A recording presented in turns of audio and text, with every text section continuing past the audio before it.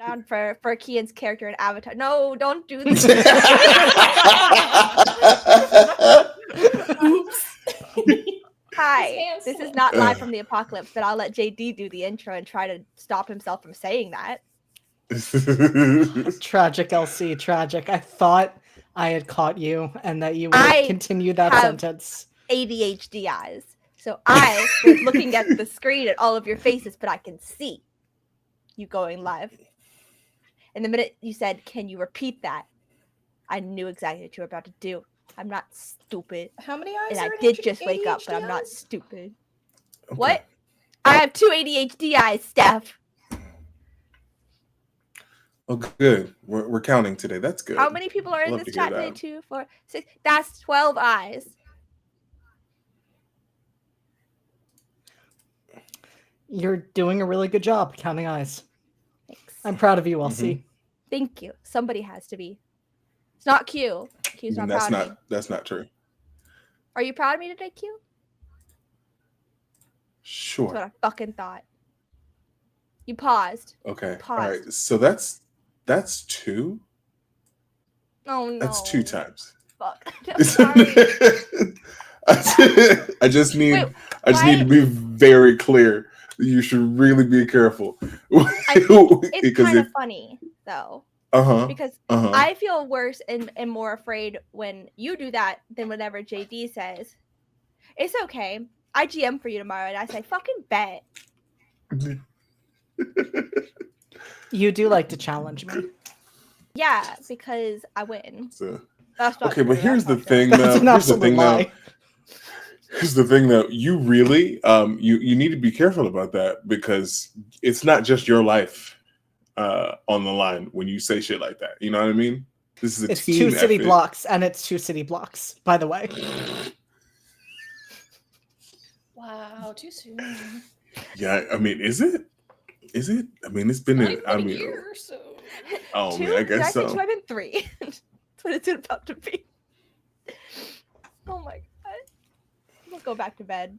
Let me go back to bed, and we can try this all again. Do a redo. No, I think now is a great time to jump right in. It's a fantastic time. So, hi everyone. Welcome to Entropy Emporium. Thank you for joining us at the nexus of chaotic fun and creativity, where adventurers roll the dice and digital realms come to life. Embrace the entropy of our community as we celebrate the unpredictability of tabletop stories and dynamic worlds of video games. And I can't really ever say this part with a straight face, just enjoy each other's company, which we do here a lot, as you can tell, as we've started. LC, get that look off your face.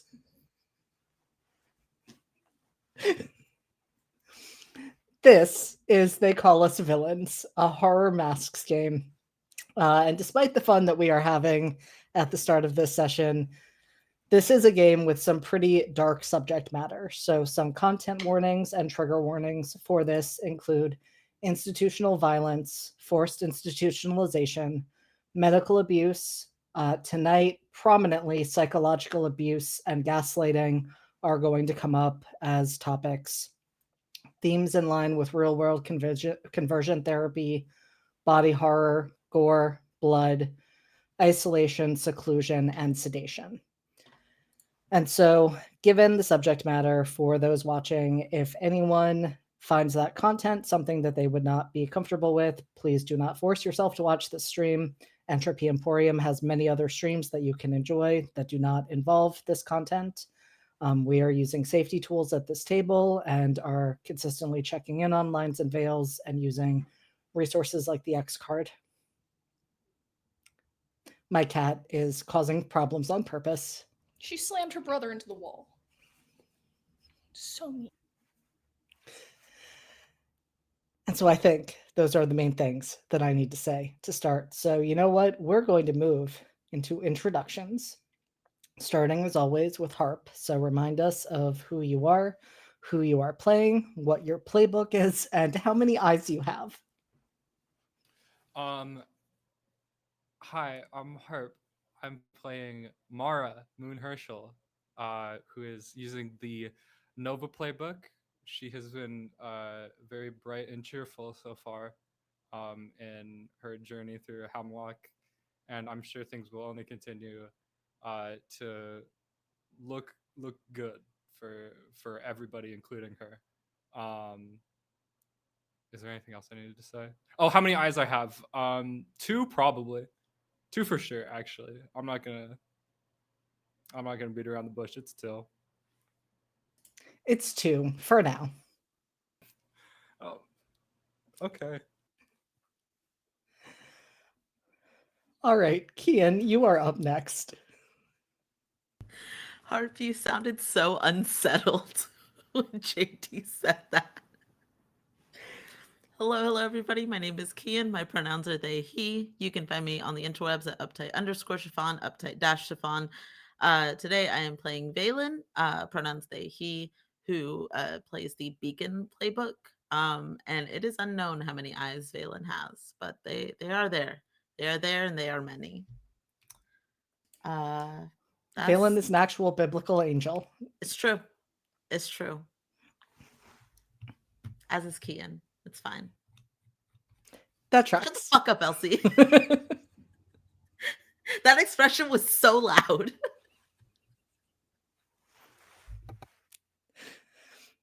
Thank you, Kian. Q, you are up next. Hi, I'm Q. Tonight I'm playing Connor Creed, who is the transformed playbook. Almost forgot. And I have 2 eyes. There's 2 of them, 1 and 2. Like a normal person. You know, and I'm not even going to say for now. You have 2 eyes. Thank you. You're so welcome. All right, Steph, you are up next. Hi, I'm Steph. I am playing Scylla Tarn tonight. She, her. And Scylla is the doomed playbook, and we're going to see how it goes. She's making new friends in Hemlock, including the patients, and the moths she just got that JD is threatening. So we're going to see how this goes tonight. I don't know what you're talking about. I have made no threats about How are they tonight. different? What happened? You're going to find out. We're playing to find out. Already killed 2 of them. The dice kill 2 of them. Don't blame me for your rolls. Wow, okay. All right. It's going to be a fun session. Let's go. Everybody's wanting the smoke, and I think we all just need to take a breather, take a breath. We all came in guns blazing, man. I have been the least aggressive person. And that's Well, you have to that's say wild. That's saying That's that's saying a lot. That's wild because Kian has fuck around to find out energy, and like It's because he admitted defeat to me earlier. That's fine. I admitted defeat to you? Yeah. That doesn't sound like Kian. That doesn't sound like Kian at absolutely all. didn't. Elsie threatened to chop off my feet, and then the conversation changed topics because we have ADHD. Don't call that admitting defeat, Elsie. Our ADHD switched Hans gears. Christian Andersen fairy tale? What the fuck is going on? Let's be very fucking clear. I forgot I threatened that. And I told them to do it. I'll do it. And then we switched topics. Okay. Did we, or did we just end the conversation and went back to yelling at JD about a book I found? I think we just went back to yelling at JD. I did find that book, and I did buy it in 15 minutes. It went Instacart. Anyways. That was a choice that you made, Elsie, and it is your turn to introduce yourself, so I'll let you go. Hi, I'm Elsie. I play Ellie Ellison, who has nothing going on at all. I'm super fine, super innocent, and is all turning up aces or whatever it is that they say for me. I don't actually know the words. I just woke up, and if you know my last 5 days, you know that I was knocked out. By choice, I went to sleep. Nobody actually knocked me out. I don't think that was actually a question on the table. Anyways, I play the Protege playbook, and I have 2 eyes. I did threaten to chop off Chian's feet. It's because they are taller than me by 2 inches. Yeah. So, well, I had a Elsie, feeling I it think was about height. Is this making it better? Elsie, I think that makes all of us in danger in this call. Well, no, because most of you are taller than me by greater than 2 inches. But if I cut off Kian's feet, then they are permanently shorter than me. You guys would still probably permanently be taller than me. Yeah, you're gonna have to take like Are you both looking at your legs. feet? Yeah, I wasn't sure that would make the difference, but it does. You're right. I think.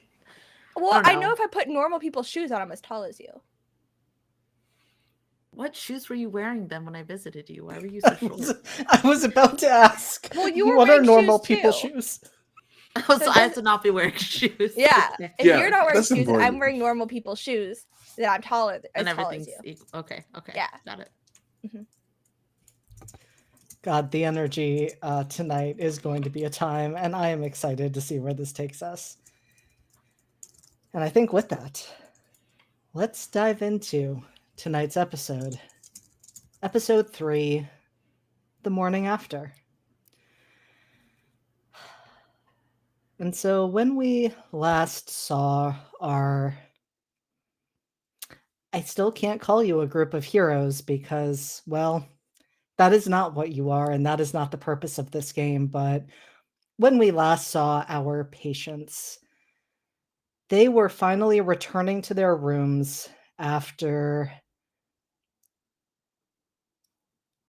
a shadow, a cloud of darkness, something with too many teeth had broken into the ward. And they had tried to deal with that as best they could, thankfully being rescued by the superhero group known as the Set. So where we begin are with the doors to each of your rooms closing in unison and locking. You are all secured for the remainder of the night. And that means that it's time to prepare for tomorrow. For you, in particular, that means that it's time to rest. And you do rest. Each of you, in turn, falls asleep. Even those of you who don't need to sleep.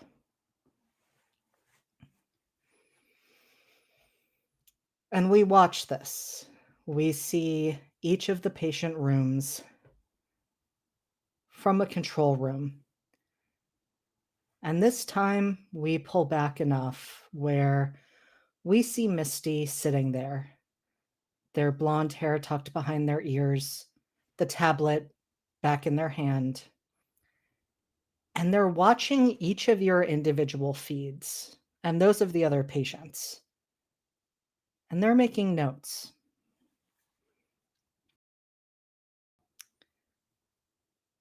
They sit there quietly for a few minutes until a voice from somewhere behind them, somewhere we can't see, asks, "Are you ready?" And they nod and say, "Of course." Has he been prepped? There is an affirmation of that. And Misty walks out down a hall into a white, sterile room. There is medical equipment in there and beeping. And on the gurney is a young man with rainbow-colored hair, apparently sedated. Sitting right at his head is Dr. Oleander. And she looks to Misty and the person standing beyond them. There are a few moments of unnecessary conversation. The final checks as they move into whatever this procedure is. And Misty rolls over a stool to sit by Dr. Oleander's side. And Dr. Oleander presses her hands to the young man's temples, and her eyes go white.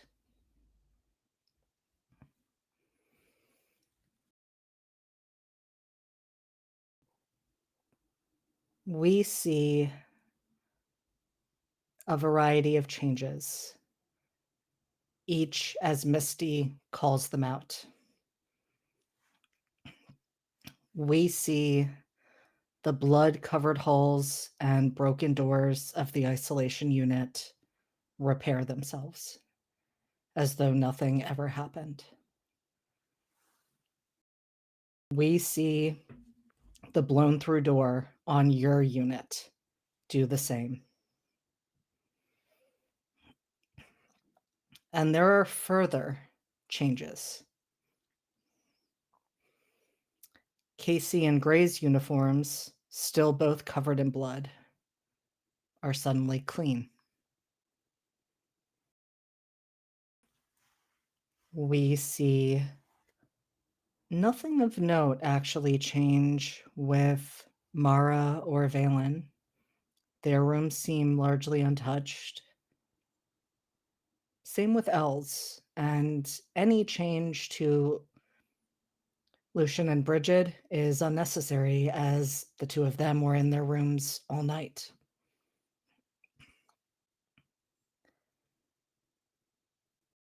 We notice when things start to go wrong. And that happens as we reach Scylla's room. As we see Scylla sleeping in the bed, those crystalline moths floating in the air. And that just won't do. At least that is what Misty says as they issue that instruction to Dr. Oleander. We see in that moment the first bit of resistance. We see sweat appearing on Dr. Oleander's face. We see the body on the table jerk. And we see a rainbow aura starting to seep out, almost as if it's coming from Caleb's pores, as Dr. Oleander pushes him to do this.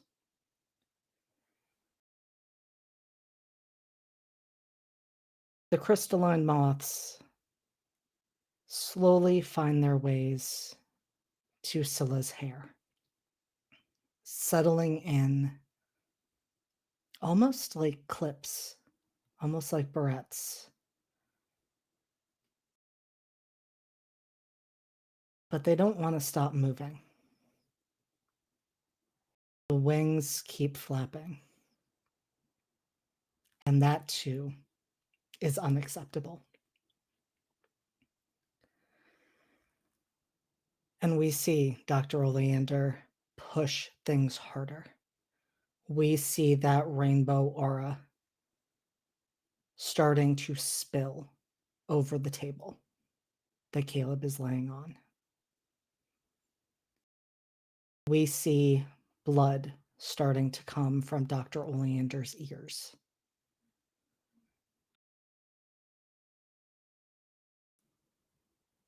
And we see the wings on the moths moving slower and slower before finally coming to a stop. And that is the moment that things break apart in this medical unit that they are in. The body on the table convulses. Orders are given to do what is needed to keep Caleb stable. And it comes almost at a point of disaster, because the room is now filling with that rainbow aura. The walls are starting to melt and twist. And then he is still. And everything is calm, save for the ragged breathing of Dr. Oleander. The voice of the person who has been observing simply says,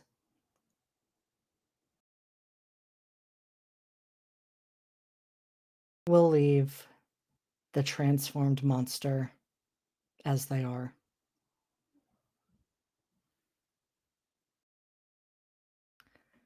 Take him to the medical ward.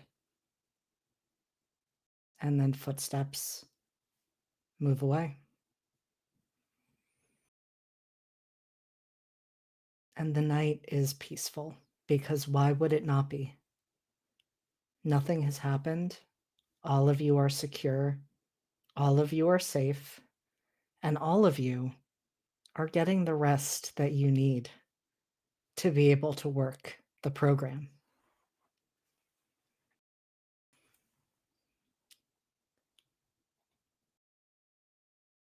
When each of you wakes up, the events of the past day feel like fragments of a dream. Scylla, you had the nightmare again, but this time the darkness had teeth, and it recoiled from you. Elle, you remember having a dream too. You remember that you heard the sounds of screams, and there were so many of them, and something about that was terrifying, almost like you'd experienced it before. And you remember something bad was happening to the rest of the group, and you froze. You didn't act. But in your dream, you saw Rook. He finally came to visit you, and he expressed concern and care. And you kissed in a way that you hadn't in many months.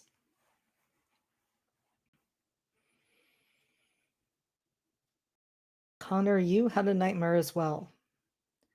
You remember that sight of Riot in the darkness, the injuries on his body.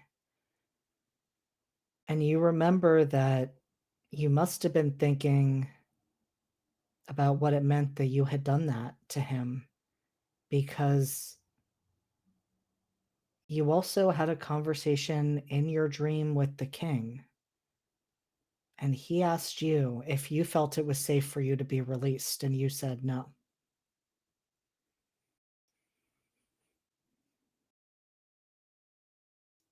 For Valen, you remember the door to the office, but you can't see a name on it. You just know it was a door that you went through.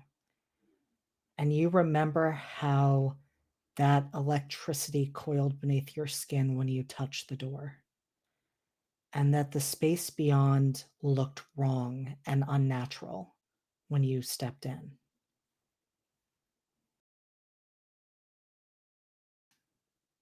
And Mara, you remember having a dream where you let your powers take hold of you in a way that you never had before.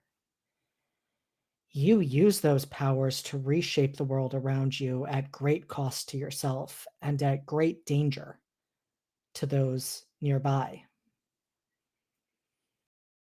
And maybe it's just all of the memories of yesterday because you had a long day yesterday, but you remember sitting at a table and talking with Pawn. And you remember that they shared something with you in secret. But you don't remember what their words were or what he said. Now, you all remember group therapy. You do remember that happening, but everything after that is fragmented. You must have had dinner in the cafeteria, a quiet night, some movies or shows in the recreation room. and you all slept. And that is where each of you are at as the doors to your rooms unlock and open, and a new day fully dawns at Hemlock Recovery Center. Another day of treatment, another day of healing.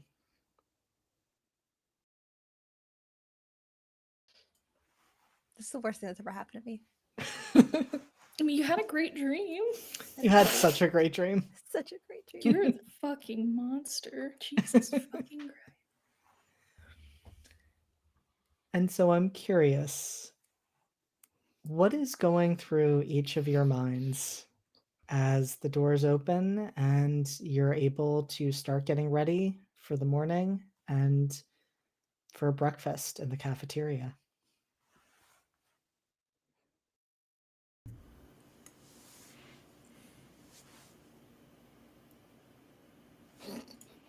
The fuck? That's a valid question. A very valid question, Connor. Yeah, that doesn't make sense. You don't remember coming into contact with anything like that. But you must have picked it up somewhere. Mm-hmm.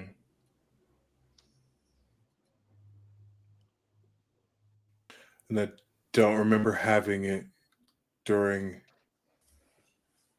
the team therapy, group therapy. Forgot what words were for a second. It's fine. And then things got wonky and there was darkness. Do I remember the darkness with teeth, or do I just remember darkness? No? You just remember that dream about Riot.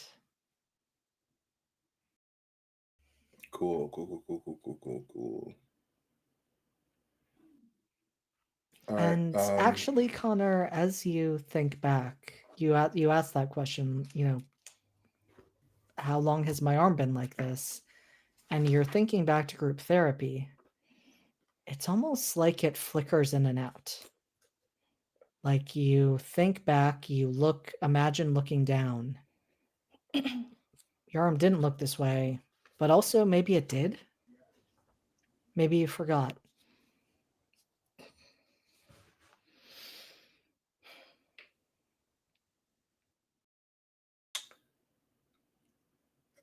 Okay. I think Connor's going to ignore that. Like it's going to be there in the back of his mind. Like that's weird and off. But he's going to go probably find his happy place. I think he's going to try and go to the garden.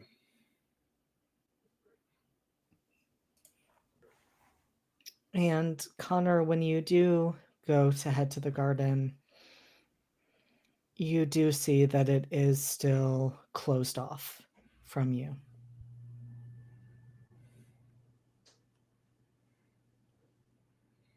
Okay. All right. Then he's going to go to his chair in the corner of the day room to draw.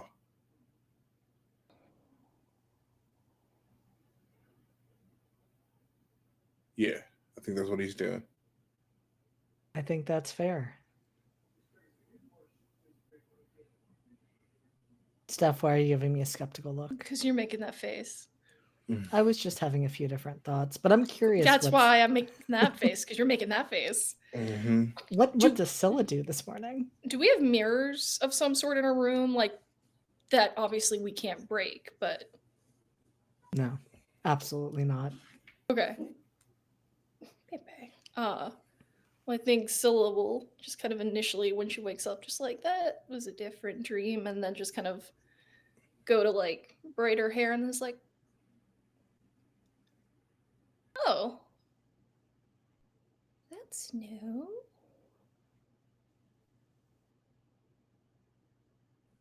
That's weird.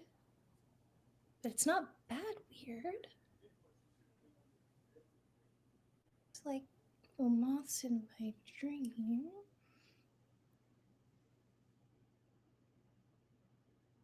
I think she has this urge, like she always wants to see Connor every day, but I think this morning, if I may, she has this stronger than usual urge to just give him a hug. So I think that's where she is going first, to track him down and just give him a big hug. I think she makes a similar path that Connor took. She goes to check the garden, still fucked, goes to find him in his usual spot.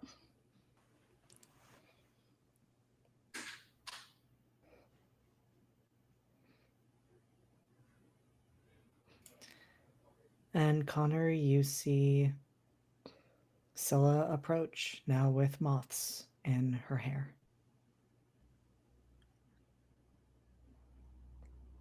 Connor, may I give you a hug? I drew a baby in a basket. Is it floating on the river? Well, it's gonna be in there. It's just floated. Hugs, yeah. Sorry. And she just gives him a big hug since he's sitting just around his shoulders and just squeezes very tightly, which is probably like nothing to him given that Connor is like strong. It's just like, are you okay? I just felt like I need to make sure you're okay. I don't know. Yesterday feels really weird. Yeah. Uh-huh. Also, my hand's different and I can't change it. What happened? I don't remember. It was normal in group. Right, I thought so, but like I don't know, it feels like maybe it wasn't, but then maybe it was. That's weird. Yeah. I woke up with these little moth brats. They Those remind me are of the little- ones I see in my dream. They're really pretty. Right? I don't know where Where'd they you came get from them? though. I don't know. I Oh. woke up with them. Oh. Also, my nightmare was different last night. How was it different? The darkness had teeth this time, but I snapped my teeth at it and it flinched. So that must mean I'm making good progress, right? Yeah, or you have superior teeth. I like that. Superior teeth. They are really nice teeth.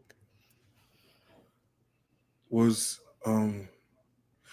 King here yesterday? I don't remember seeing him.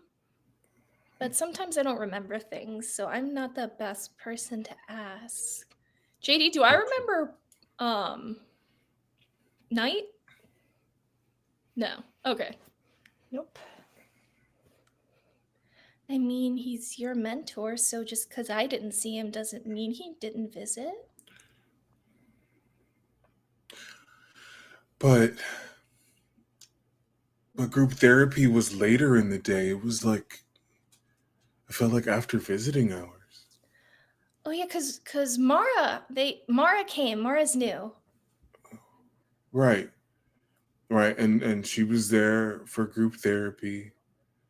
Uh-huh.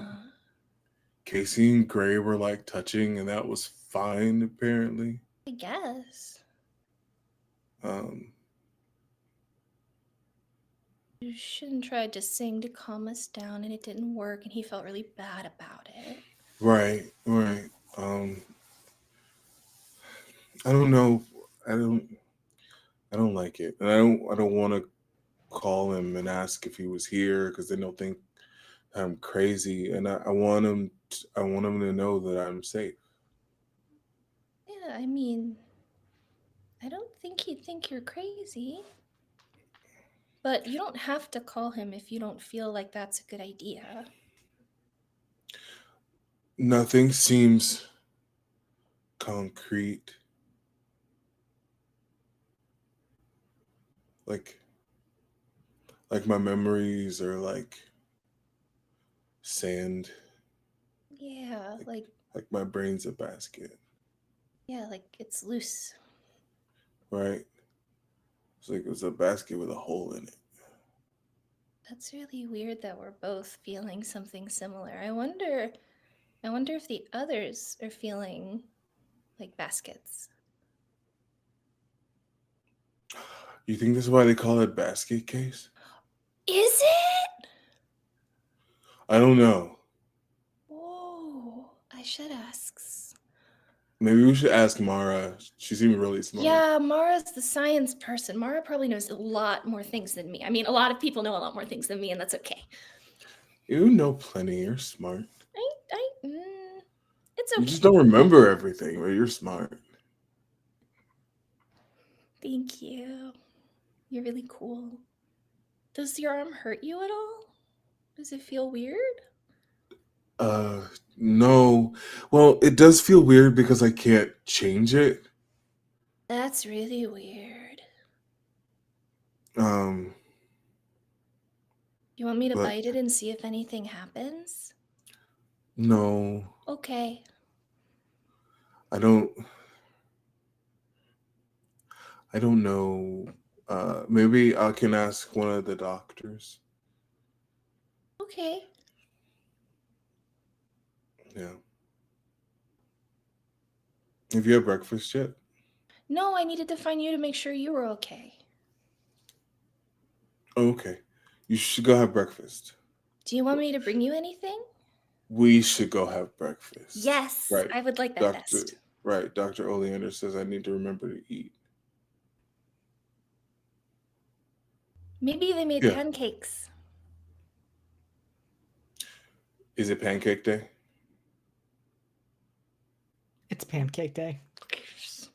It's fucking Is- pancake day. It's fucking pancake day. It's So hopefully, I hope they make the little tiny ones. Oh You can yeah, have it a looks lot of like sand dollars. Yeah. I can fit so many of those in my mouth at once. So can I. You got big mouth. Okay, so you're gonna get up Yep. and we're gonna go get breakfast. Get some pancakes. We're gonna move away from the two of you over to Elle.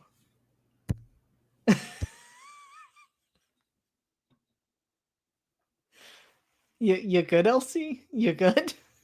Why me? Because I chose you. Also That's not because fair. I you're was Mara's laughing. mentor, and that means we're going to go to you first. But I was laughing. It's You know okay, what that it's sounds fine. like? You know what that sounds like? A personal problem. Correct. You're doing so good with answers today. I'm so proud of you. Thank you. I have all of the answers. Some of them actually. None of them right now for Elle.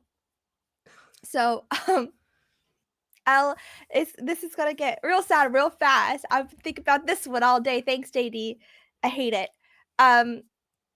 So I think Elle, it's a really big mix of emotions waking up because she absolutely woke up in a cold sweat.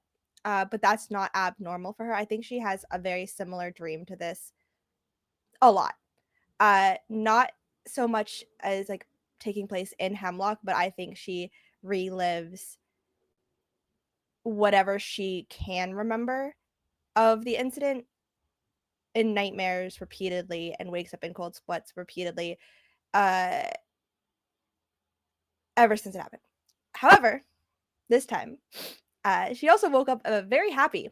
So that's great. Happy and sad at the same time, realizing immediately that Brooke still has not visited her, and that was in a dream. And they kissed in a dream, and it was really happy in a dream. But I'm still here in Hemlock, miserable. And you lost Lent in a dream. And I lost Lent in a dream, and it still counts because I still made the choice to do it.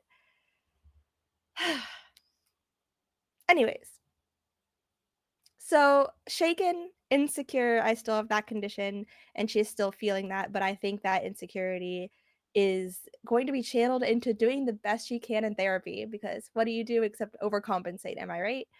But it's just the rest of it's not that weird, I guess.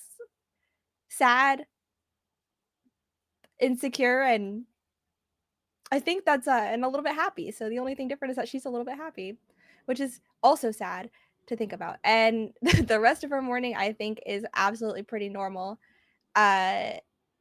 In repeating the motions of whatever she does to get ready on Hemlock, which is not much because you put on the same thing every day and then you wash your face and then you brush your teeth and then you go to breakfast. But I think there's like almost a little bit of a natural glow about her, a very dull one, but like I think that happiness is different. Like I'm gonna very anime main character do my best today. Let's all try our best attitude. It's gonna annoy the shit out of everyone, and I'm so ready for it. And yeah, she would go directly to whatever cafeteria area we have for meeting for breakfast and other meals. You wouldn't pick up Mara first? I gotta go pick up Mara. You do. You are Mara's mentor. What? I thought it was just to show her around when she first got here, and then everything happened. That's an LC problem. I didn't realize that extended to the rest of everything. That don't put that I almost called that Min. Then Min was yesterday. We're not traumatizing her again. Don't put that on Ellie, because Elsie's a fucking idiot. Then I would go directly to Mara's room, and then we're gonna go get breakfast. So let me go grab my bestie who hates me. With the anime energy just radiating off of you. Yeah. We're gonna do our best today. My shoulder just popped. I'm okay. It didn't feel good. I'm alright. See, don't break yourself on stream. I do that regularly, but I'll try not to do it physically. And so, Harp, what is Mara doing as Elle comes to find her, and what has been going through Mara's head after the events of the past 24 hours, such as they are? Yeah, Mara is really shaken in the morning because the first thing she does is go around the room and see if anything is out of place or bent, or anything like that, because she remembers using her powers so heavily in her dream, and she wanted to make sure that that didn't happen uh, outside of it. And depending on what she finds, she might think things are fine, but in reality, she probably just thinks this stuff is all very sturdy and bolted down to the floor. I can't tell from this. Everything looks normal. Nothing looks bent or out of place from what you can gauge. And it's, as we've talked about, a very sparse room. It's not as though there are a lot of things that there are to assess. You know, it's very specific, blocky furniture, and all of it looks intact. Nothing looks warped. It doesn't look like your powers activated while you were sleeping. Okay. After doing a couple thorough checks to make sure that she's going to look at the time and realize that she needs to eat because she slept in too long and she still feels awful, which like is the thing that doesn't make sense to her because it feels like she used her powers even though she didn't. But she's going to leave the room to grab breakfast at that point.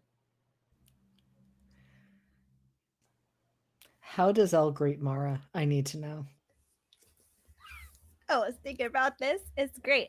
It is, when someone is too happy to be awake, that's how it is. It's like, hey, Mara. It's like SpongeBob-esque greeting. Yeah, like let's absolutely go get breakfast. And today maybe it's not crappy. I don't have much confidence in that, but maybe if I believe hard enough, it won't taste as bland as it did yesterday. Actually, I'm like really hungry. Like feel like I didn't eat dinner last night, but that can't be right. But I I mean, maybe someone will give me an extra coffee. I don't know. I feel like I need it. Okay. Did you sleep okay? You look a little tired, actually. It was a long day yesterday. I'm sure you can understand. Absolutely, absolutely. First day is always the worst. But they do That's get not what I better. meant. But Okay. Right. What did you mean then? I'm sorry.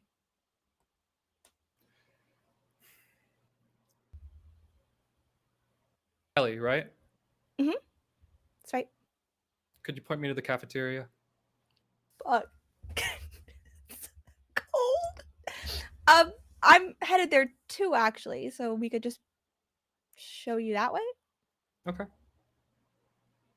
I'm gonna gesture down the hall and start that way. Mara is like looking everywhere, just like eyes always moving, but she doesn't say a word unless Elle starts talking. Ella's absolutely talking, just like a stream of ramblings of like this is this and that's that and that direction leads to that area and over there's the garden but we can't go there right now. There's a little bit of an incident, but Thank it's you. fine. Okay, I still keep talking, but mostly to myself. You know, Harp, have you ever seen Star versus the Forces of Evil? No, I haven't. I'm sorry. Okay, well, you should. That's the energy, also. And I think one of the people that you're passing, so I mean you are passing various orderlies and staff, and this is Elle. I'm sure she knows every single name and is just like listing them off to Mara. Two things jump out to you, Elle. The first is you instinctively go to be like, oh yeah, that's nurse so and so, and you stop because that's not the usual nurse. And that happens more than twice, not more than 5 times. Is it like, do I know like that person? Like, is that a familiar face and like they're It just on a is different ship? not. Nope. Okay. That's oh, I guess she's sick today, and that's okay. It's all right. I'm Anyways, sure I won't need this information. I mean, you might. Okay. What if you're sick or like you need help? It's important to know people's names.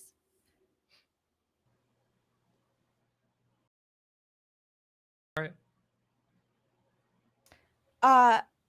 Just also as a piece of information regarding the insecureness that she is experiencing now, without actual reasoning to herself, she did put her gloves on when she woke up. So she is wearing her full fingered gloves because before I think she was wearing fingerless gloves, but it's to the point where she's like, I am reverting back to I can't trust myself at all, for no reason in particular. But it felt like a full gloves day, you know. It's a gloves day. I think that completely tracks. And as you walk down the hall, Casey walks out of his room, almost directly into you as you walk past, and stops before actually running into you and just smirks at you and keeps walking. There is the absolute biggest eye roll, like, oh my god. He didn't even say excuse me. It's this every morning he's like this. Stupid look on his face, stupid smirk, almost running into people, no apologies, absolutely probably the rudest one here.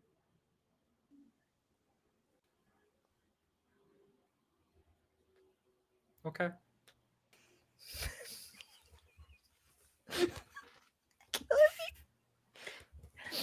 No, right. Elle knows very good at reading social cues, very good at reading like Mara does not want me to keep talking, but I need to fill the silence because I need to start some conversation before I absolutely lose my mind. So she is gonna keep going with this. So anytime the conversation sparks about new people she has to introduce, or maybe even rambling a little bit about how much she dislikes Casey and his attitude, and just like, he could probably do so much better here if he just tried a little harder. Still going. Elle, Yeah. I don't mean for this to sound rude. I apologize if I came off as uh, cold yesterday. This is a genuine question. Is there something I can do for you? No, I'm helping you around because you're new here. I'm supposed to be helping you. You don't have to do anything for me, but thank you for offering. Okay. Cute. Dead? No problem.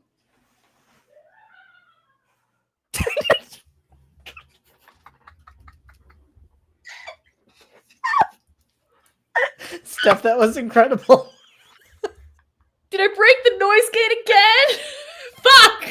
I'm too Italian for it. It was so beautiful, though. It was just like this delayed laugh, and I knew it took me a second. I'm like, wait, who was that? And then I, The computer's right there, so.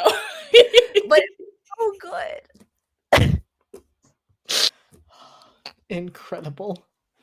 Absolute. See, I don't have to do anything to murder my players. They are murdering each other.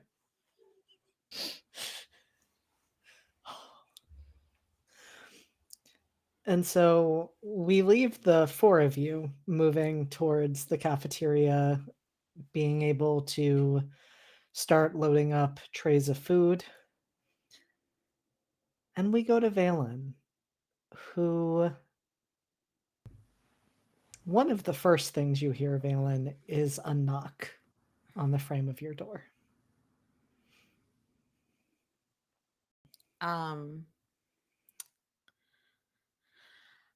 I am probably sitting on the edge of my bed, and I'll just kind of turn my head to the side. Is it Casey? It's not. Casey made his way towards the cafeteria. It is Gray. So he is just leaning in the doorway, dressed in the hemlock attire of jumpsuits, though their hair is still that vibrant blue. I imagine that Valen, I can't remember if I tore up the note at the end of last session or if I kept it. I can't remember either. I'm gonna. I was going to say I was going to give it to you to Okay. still have. I imagine that Valen probably slept with it in his hand to keep it safe. And seeing Gray there, I'll unfold the note again and read it.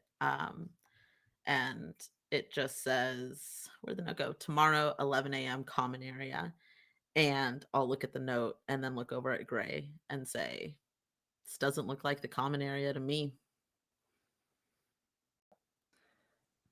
And Gray nods and says, it's also not 11 a.m. So why are you bothering me? I was just checking in. Why? And their eyes just go to that note in your hand and then back to your face. It's not like I have anywhere else to be here. Didn't say you did. We'll see you at 11. Can't wait. Do I remember my conversation with Bishop? You don't. Shit. Not right now, at least. I think for a second, Valen thinks about calling Bishop. because things just this doesn't feel good. Valen has been told before what they saw isn't real. And for him to wake up with something that feels like a very visceral dream, but to have no proof of it, it is far too reminiscent of what has happened before. So for a brief moment, Valen thinks about calling Bishop and then just folds up the note, puts it in. I imagine we have little shirt pockets. So I'm going to put it in my little shirt pocket, all official like, and I will head to breakfast. Uh, and I'm going to eat a lot of pancakes. Valen likes pancakes. As you all should enjoy this breakfast because it is a good breakfast. It is one of the actually good breakfasts here. Pancake day is the best day.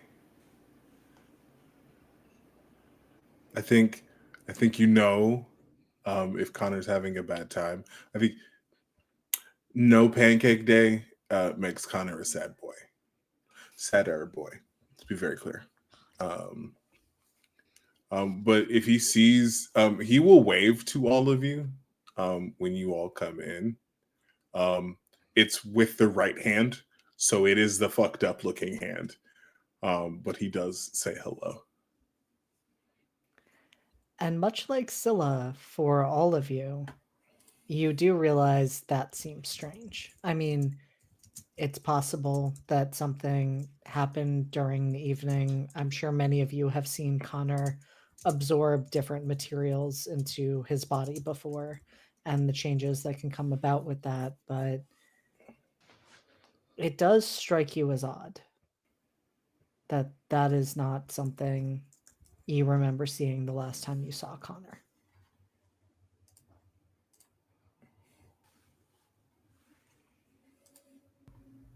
That's new. What? The Oh, right. Um, and he just sort of like leans close as if he's gonna whisper conspiratorially, and then doesn't whisper at all. Do you remember yesterday, like after group therapy? um no, Okay, not really, at least. neither do me and Scylla. It's weird, right? Are those new barrettes? I woke up with them. They're like the moths I dream about, sort of, but those ones don't look like this. But yeah, I don't know where they came from. Barrettes Uh, also aren't allowed in Hemlock, so the fact that Right. Scylla has these and Fight nobody me. said anything says a lot. They're my barrettes. You can fucking take them from our cold dead hands. Gotta get through the teeth, my boy. um yeah, I can't change it. And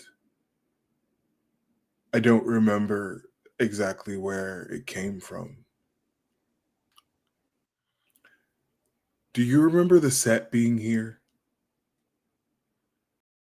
no. Okay. Why would they show Then up here? I don't know, but I feel like there was a conversation. Like I spoke to King, but like in person. I mean, was this like some weird fucked up dream? I don't know. But I don't know where this I've never encountered this before. And I've never manifested things from my dreams before. I don't think I have those powers. Plus, you can't change it back. That's really weird. Right. Like I'm gonna try and like morph into what the material of the desk is. Or what the table is. It does not change. You see, there's like a moment where Connor's hand almost seems to be starting to take on that same texture and material. And then it goes back to what it looks like now. Well, I would tell you to talk to the doctors, but pretty sure they're not actually going to help you. So you might be stuck like that for a little bit, Connor. I mean, it doesn't hurt. I'm just confused. Yeah, why is it there?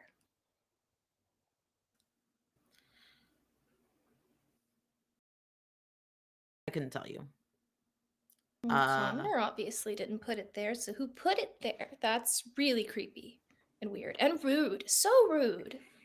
I mean, it's not like we could stop them coming into our rooms. Rude. You're not wrong.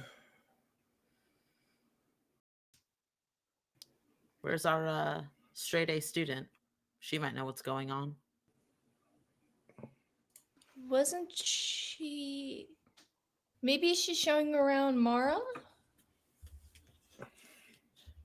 I'm gonna just show up and sit down with Mara, like, as you say that, like, what are we talking about? Hi! Unfortunately, you. Good morning to you too, Valen. Connor has a question. Okay, no good morning from you. All right, good morning, Connor, Scylla. Hi, Mara. Good morning, Ellie. Good morning. So he just sort of holds out his hand. That's new. Right. And I didn't do it. Do you remember anything from yesterday? After group therapy. Mm-hmm. Like, I've not really. I mean, I just kind of assumed that it was, going through the motion. Everything kind of blurs together after group therapy sometimes, and I kind of just assumed I was Okay. not thinking about So anything anymore. I don't want you to think that I'm being mean here. I thought you were like a journaler. Like you journal your day. You kind of feel like a journaler. You look like you have a bullet journal, Ellie. A little bit.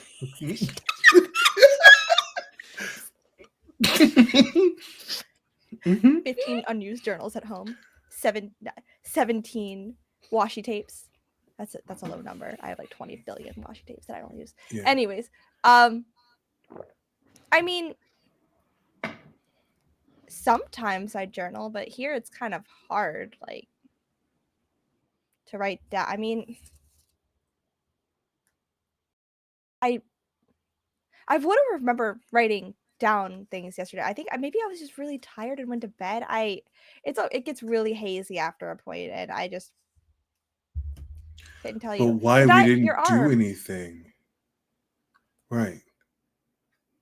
and that, JD, can I tell that it's like not a typical stone or material that's found here? Like, it doesn't look like something he could have just brushed against accidentally, right? See, it looks like obsidian. Right. So Mhm. yeah. Yeah. There's So I no definitely obsidian in this place. exactly. Well, yeah. That definitely isn't something you could have brushed against either. There's just like, I mean, hypothetically, it could have like been in the dirt and the soil, and you like to hang out in the garden, but that hasn't been available for visiting in like a couple of days now. So Right. It's still closed. And I'm in control of my powers. damn. Q. Okay. All right. Sure. Lily just levitates through the ceiling. It could have been somebody So- else's powers. Possibly.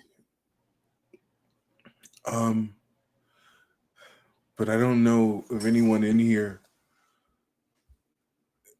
who has those kinds of powers.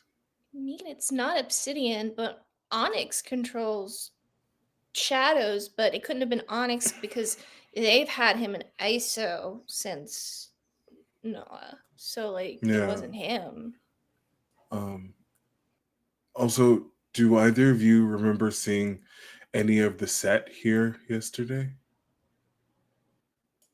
There's like already a deflation a little bit after you said I'm in control of my powers. There's both fists just kind of like curl and like flex, and then they relax. And then at the mention of did anyone remember the set being there, there's also a flinch at the reminder that Rook still has not visited in person, but she did dream about him. But we're not going to talk about that.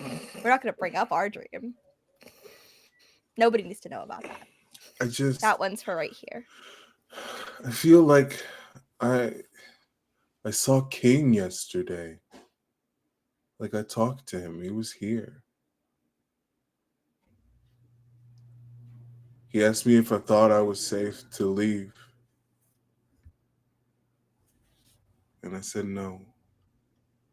Why? Because I'm not.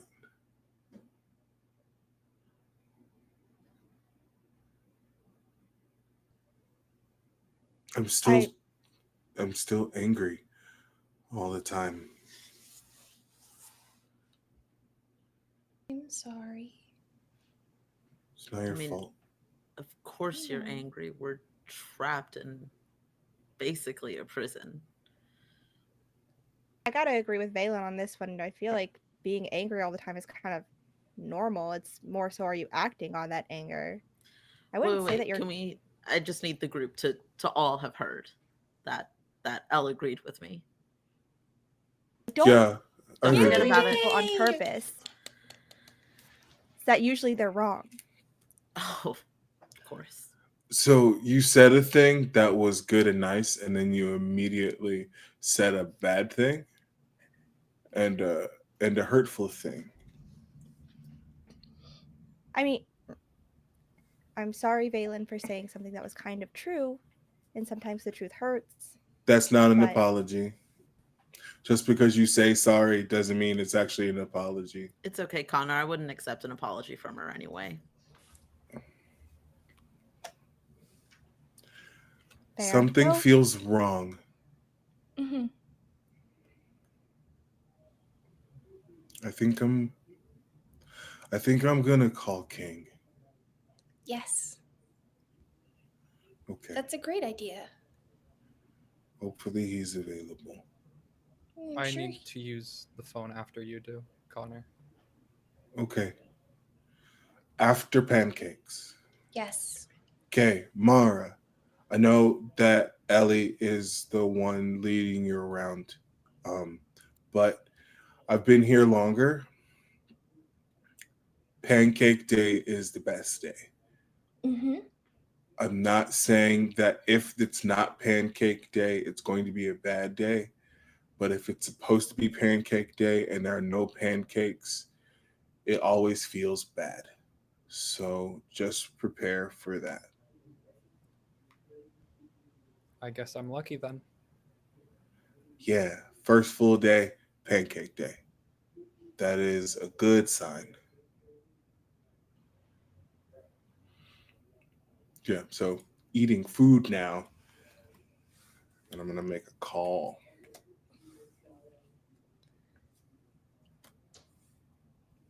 I'm curious, Harp, and this isn't something, of course, Mara has to share, but the question was raised about whether or not anyone saw the set yesterday. There was a member of the set that you know. She hasn't said anything. I love that. All you motherfuckers. Like I'm setting it up and everybody is just I mean, Scylla would say if Scylla remembered. What I will say is that whenever Connor goes to the phones, Mara is going to follow behind. Hell yeah. I love that. And I think we are actually going to follow the two of you as you head over to the phones. Okay. As you do, both have phone privileges, which is interesting for Mara, since this Right. is her first full day here. Connor, Yeah. um, I just want to let you. You seem nice.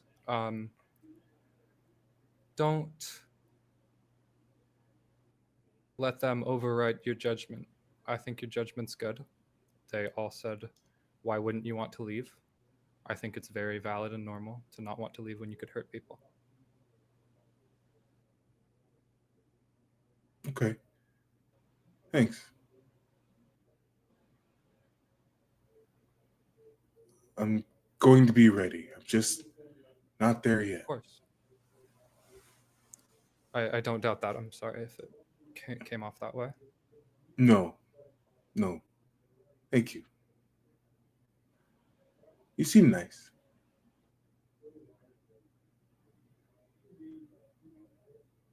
Okay. Like you direct, like Scylla. Um, I appreciate you saying that. I don't think it's uh how should I say this? I don't think um we should be around each other very much. You and I, or me and anybody here, really. So I appreciate you saying that, but Why? I assure you, I'm not that. Why not? It's it's it would be a long time to explain. I just need you to trust me for now. Okay. You can answer if you want. Um, is it that you're afraid of what might happen to you or what might happen to others? Uh, the latter, and by extension, the former. Okay. That's fine.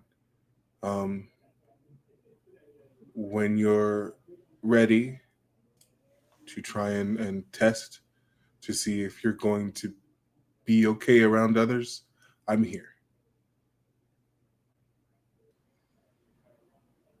Thank you, Connor. I appreciate that. That's not my goal, though, for coming here. Okay. Everybody's path is different. I'm sure. Good luck. And he's gonna just keep going. Before we do that, Connor, I Yeah. would like you to roll with mundane to comfort or support Mara. Hell yeah, brother. Hold on. Hold on. I have a thing. I have a thing for that. I have a thing for that. I You think sure? I somewhere. think yes. You, I'm I almost believe, positive sure that I do. do. Mm-hmm. Because do you know who was fully prepared for today? Me. Was it you? Hell Mhm. yeah. And by that I mean I'm lying. So I hope everybody recognizes that. Yeah, you roll. You roll with freak instead of mundane. Hell yeah. Alrighty. All right. Cool, cool, cool, cool. So that is 12. Fuck yes. All right. So for you, Mara, you can mark potential, clear a condition, or shift your labels. I am going to clear a condition. Thought you might want I to do think that. that is going to be insecure. I love Um, that. and in response to that, just because like it was really effective. After when Connor like just starts to walk away. Um, Connor, I had a dream about talking to Pawn. You'll have to forgive me Okay. though, because I hope you can understand that my yesterday was a long day for me. It's all No. over. No, that's okay. Mine felt like a dream too. And there are lots of things that are not making sense. But if they're all not making sense, then that means that there's definitely something that we're missing that'll make it make sense.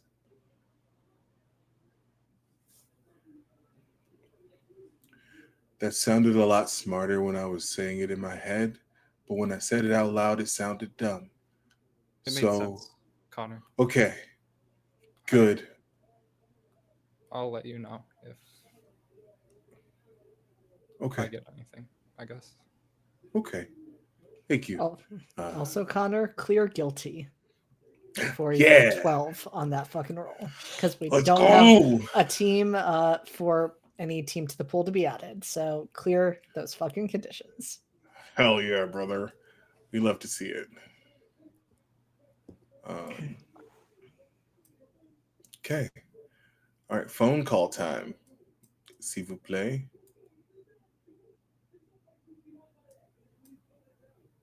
And so, Connor, you dial the number to the king. You know that it is his direct line. You're pretty sure it's his cell phone. It rings twice, and then he answers. And you're used to this because there's only one person who uses this specific line to call him. And so he just says, "Good morning, Connor." Hey, um, I just wanted to check in. It was pancake day. Always a Um, good day. the garden is still closed, so it's not a 10 out of 10, but it's pretty good. Um, so there's some strangeness happening. Um, I'm not entirely sure what's going on. Um, but my hand is a different material than the rest of me, and I can't change it.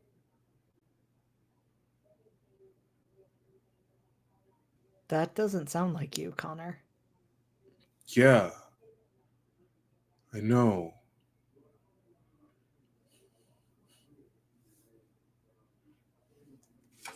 What happened?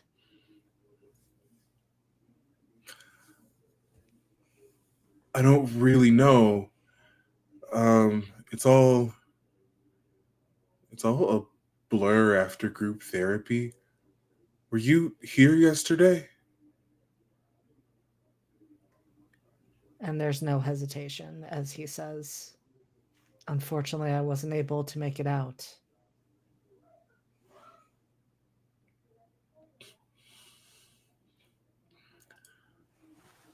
Oh, And I'm sorry about that, Connor. I know I told you that I was going to visit. no, no, it's okay. You're busy. You're the king. It's okay. Um, okay.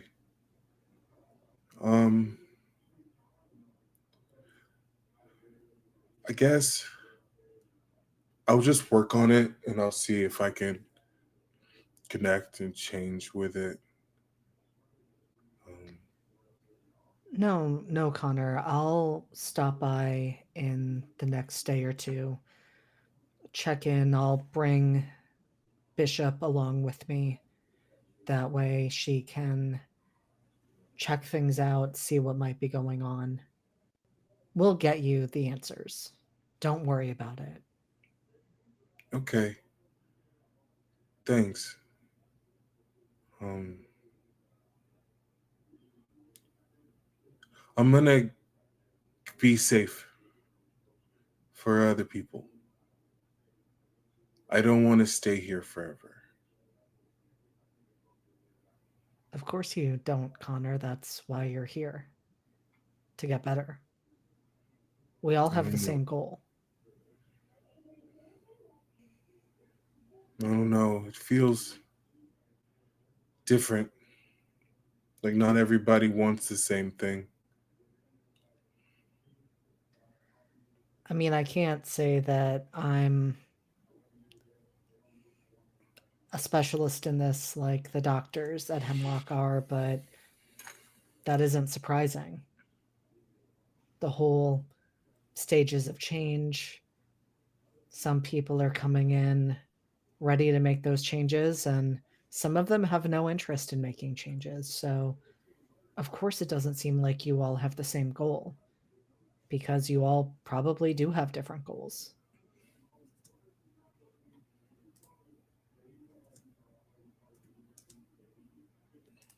Yeah.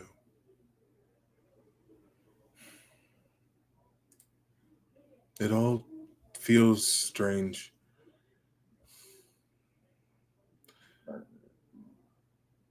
I don't like it here.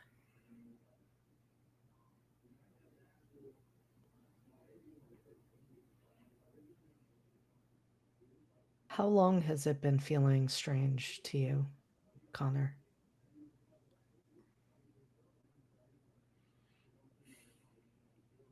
A while, but definitely since yesterday.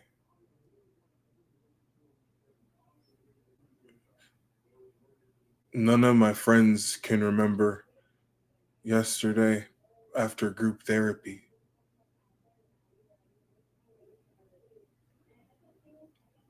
Was it a particularly rough session? I know things can sometimes get a little out of hand. No, it was pretty. We got a little heated, but not so much that things would be this weird after. Yeah, and then we left group therapy, and I don't remember much about anything after that, except like I thought that I spoke to you, and like my hand, like I remember my hand being normal earlier during group therapy, but then maybe not, and I don't accidentally shift. I haven't done that since like the first month. Well, like I said, Connor, I will stop by soon and I'll have Bishop with me. We'll figure this out and I'll touch base with the doctors today just to see. I didn't get a call from Hemlock yesterday about anything happening, but I'll just check in and see if there's any updates that they can offer. And don't worry, I won't tell them that you called me. Unless Okay. you want me to. No, no, I don't think that's a good idea. They might. No, don't think it's a good idea. Then I'll just check in as I have been. Okay. All right. Thank you. You're doing good work, Connor. I'm proud of you. Thanks. Thanks.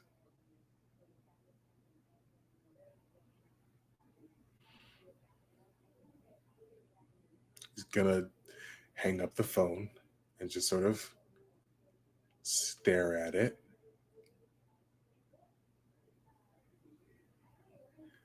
He's gonna calmly uh, walk away from it because there was a grip on it for a second, and the strong urge to just smash it to bits.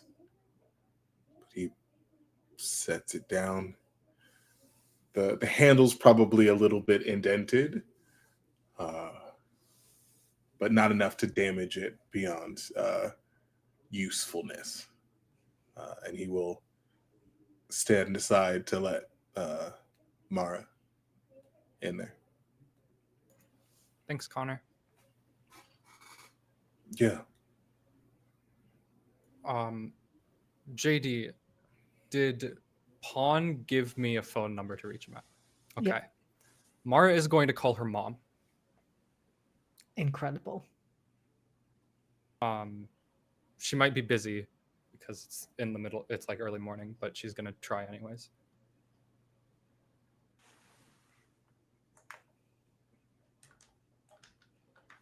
What's that roll for? Highs or lows? What's the fuck? Highs or nothing. I don't play ball for less than Iraq. What's up? Cool. That was a 1. So when you call, there is not an answer. On the answering machine, then, after the beep, Mara is just gonna go, "Hi, Mom. So this is Mara. It's from a different phone number. I'm using the phone in the lobby of the dorms right now. Sorry, something weird happened. There was an accident in the lab. Um, yesterday. Sorry for not calling you until now, but my phone broke. Yeah,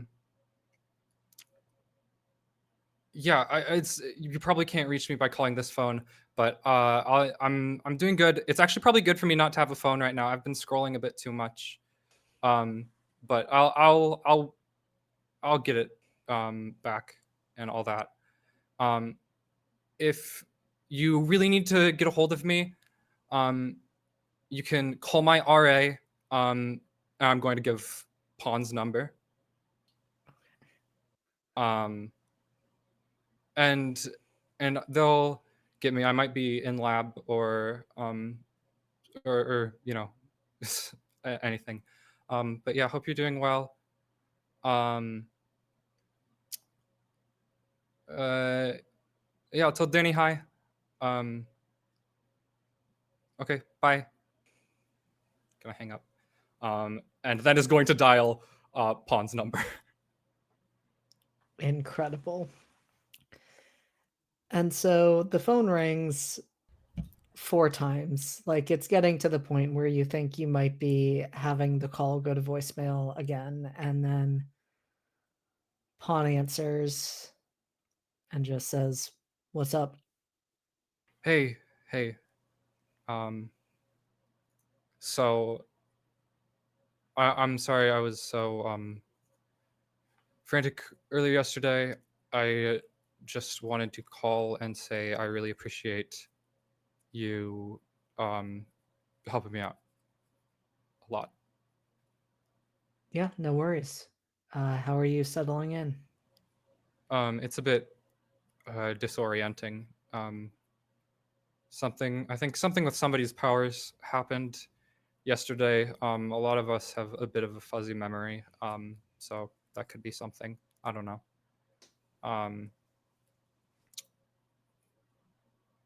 Hey, I just gave my mom your cell phone number, and I told her you were my RA.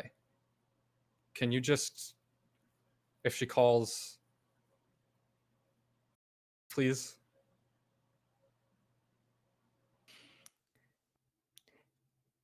Even as you're talking, Mara, there is definitely a moment where you hear Pawn just say, "You did what?" Yeah. I. It's. I didn't say. I said you were an RA. She won't. She probably won't. Listen. She probably won't call you. I. It was kind of a contingency plan to, if somebody heard about what happened at, the lab, so she doesn't like come and check. Essentially, if I'm there. So just, I don't know. Could you say I'm fine?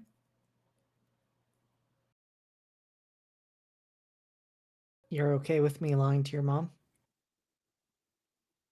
I just lied to my mom for like 4 minutes. You know what? That's fair.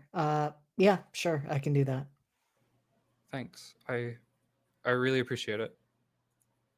I yeah, and you know, if you can't, don't worry about it. There's worse things than my mom finding things out. I just It'd be nice, you know? Yeah, you don't have to explain yourself to me. I'm willing to cover for you, Mara. Okay. Thanks. Thanks. Yeah, sorry. This is weird. I had a dream last night that you told me something and I feel like it was important and I'm going to kick myself for a long time if I don't ask you about it. But I guess you would have told me by now if it was important. And there's a moment, and then Pond says, "You think that was a dream?" And that is where we're going to take our break. Let's go, Pawn. Let's go. JD, don't do this with the Holy king. shit! JD, Let's that go. wasn't the king, right? JD, Don't worry about it. Don't worry about Fuck it. We're you, gonna tell be me. right back in 10-15 minutes if the cast Whoa. hasn't killed me. What is the truth? Oh, you're dead. We'll be back at 9:50. Don't go anywhere.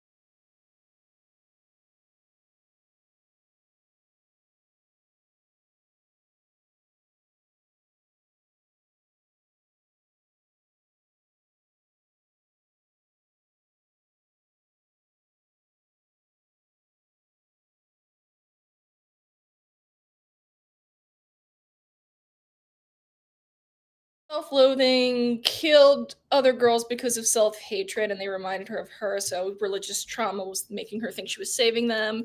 Wet rat Oh, behavior. just like me, for real, for real. I hope not! Hey guys, I just admitted to murder on Twitch. Not really. Please don't shut this stream down. I'm not going to So- demonetize the channel. so That's we're not just- real. I've never So we're committed just a murder in my life. we're just really not trying to get away from the whole "Are you a Hannibal person or not?" It's true. Okay. Yeah, no. We've got our I mean, answer I'm to not that question. I'm not saying right now I have at least 2 characters who may have committed mass murder without me realizing it, but I might have 3. I don't think that made it better. I'll see. It Yeah, it you did don't it. have to. Let's It very we can rarely redirect does. You're not the denying conversation. things, so. We can I'm not, but we can redirect the conversation to say that Cass traumatized 10 years worth of like trauma on my character within the span of 2 episodes. So if we want to talk about whose side Cass is on, it's not mine. Ever. Fuck you, Cass. That's all I'm saying. Anyways, I We didn't murder appreciate that anybody. PSA. I didn't murder anybody. That's my second PSA, JD. So jot that down. Put that in your little bullet points. Put that in your little bullet points, JD. I sure will, Elsie. I Okay. sure will. And I that's don't see going your to. I don't see your long. arms moving. Are you Rip, typing? I guess. Am I? Who knows? I can't tell your arms are moving. Are you doing it with your mind? I am. Okay. I am telepathically typing in Elsie has not killed anyone. Mm-hmm. Elsie. Ellie, Not L. however, Yeah. has murders. Hopefully, also Elsie. Yeah, hopefully Elsie. We'll find out in like 2 years. When they go through my charts. Anyways, that's an anxiety joke there. That's an anxiety joke. Anyways. Well, we are I think this is a perfect time to be at least briefly returning back to the cafeteria before we rejoin Mara and that interesting phone call that she was having, and instead rejoin the 3 of you that have remained there. Scylla, Elle, and Valen. And you would notice they are not sitting close to your table, but Gray and Casey are not actually sitting together. Gray is sitting with Lucian on one side of the room. Casey is sitting with Bridget on the other. I mean, they're not supposed to be in close proximity to each other, so they are being unusually well behaved, Mm-hmm. but you would pick up on that. I mean, see, everything's weird.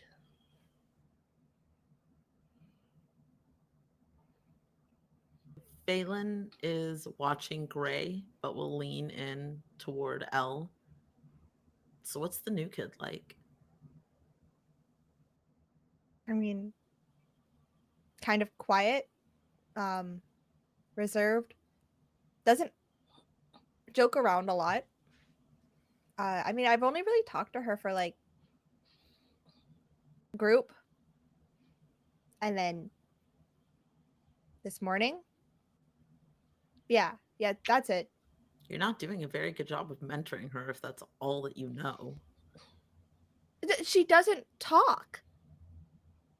I've tried, but it's not like we've had full conversations. Some people, I mean, it's kind of like a real big like shock to come here. It's a whole other like world. It's different than the outside. I don't even know how she was at like on the outside. Like maybe she talked more. I don't know. I don't suspect it actually. But Well, she's a science person. Don't they like analyze everything? Maybe she's still like figuring the place out. maybe. I mean, you don't like to talk to me, Valen. No, but you talk to everybody, so I do talk, and I talk tomorrow. I talk tomorrow all morning, and very one-word answers. One-word answers. Very quiet. you do seem to be talking more than normal. Like a little flighty over there. What's going on? I had a lot of good sleep. That's not normal for me. I don't sleep a lot. Hmm. It's a lie. Do I Sleep a believe? normal amount. How much is Elle hiding this? I would love for you to roll to pierce the mask. Fuck yeah. Let's do Hope you some fuck it up. rolls. I just opened my character sheet, but I'm not rolling. So. Mundane. Oh wait, but I have a thing for this, don't I? I wouldn't call this scoping out necessarily. Ooh, sorry, I almost knocked over my teeth. Sorry. Mundane. What's my mundane? That is going to be a 9. Fuck. Incredible. So you can ask, what are you really planning? What do you want me to do? What do you intend to do? How could I get your character to blank? And how could I gain influence over you? But I also like chaos. And so if you want to know what is actually going on with Elle, I will totally give that to you as an option. That is absolutely what Valen wants to know. Yeah. What is going on with Elle, Elsie? So fucked up. How with a role like that, how honest do I like how much detail do I have to give for this? I don't actually know what constitutes satisfying that question. My thought is, Valen is very good at noticing things and reading body language. And so I'm curious what they see in Elle that gives them an idea of what's actually going on underneath. And I mean, you did say it yourself earlier that she's not entirely as happy as the face she's putting on. Okay.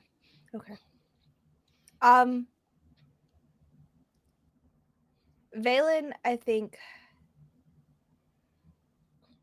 would get the answer of an increase in like she's already fidgety normally when she gets a little upset, and normally it's like I think I mentioned it during the initial therapy session for like the session 0.5 was like she picks her nails now, but now that she's wearing gloves and also the gloves are on, she's very much fidgeting with them more, especially when he mentions what's really going on. And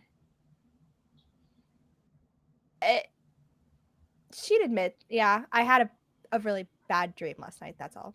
It shook me a little bit. It's reoccurring, but this one was a little more detailed than usual. For me, it's not like a lot of detail that needs to be shared, but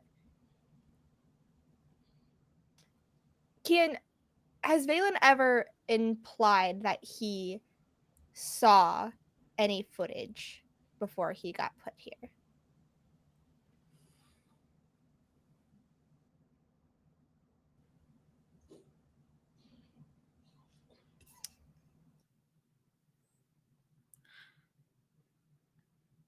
I don't know. JD, I'll defer to you on how much was covered up versus what Valen was able to like glean as it being Elle. But if Valen had seen anything, I don't think he would have brought it up, because if there's one thing that he understands, it is running from something that you don't want people to know about you.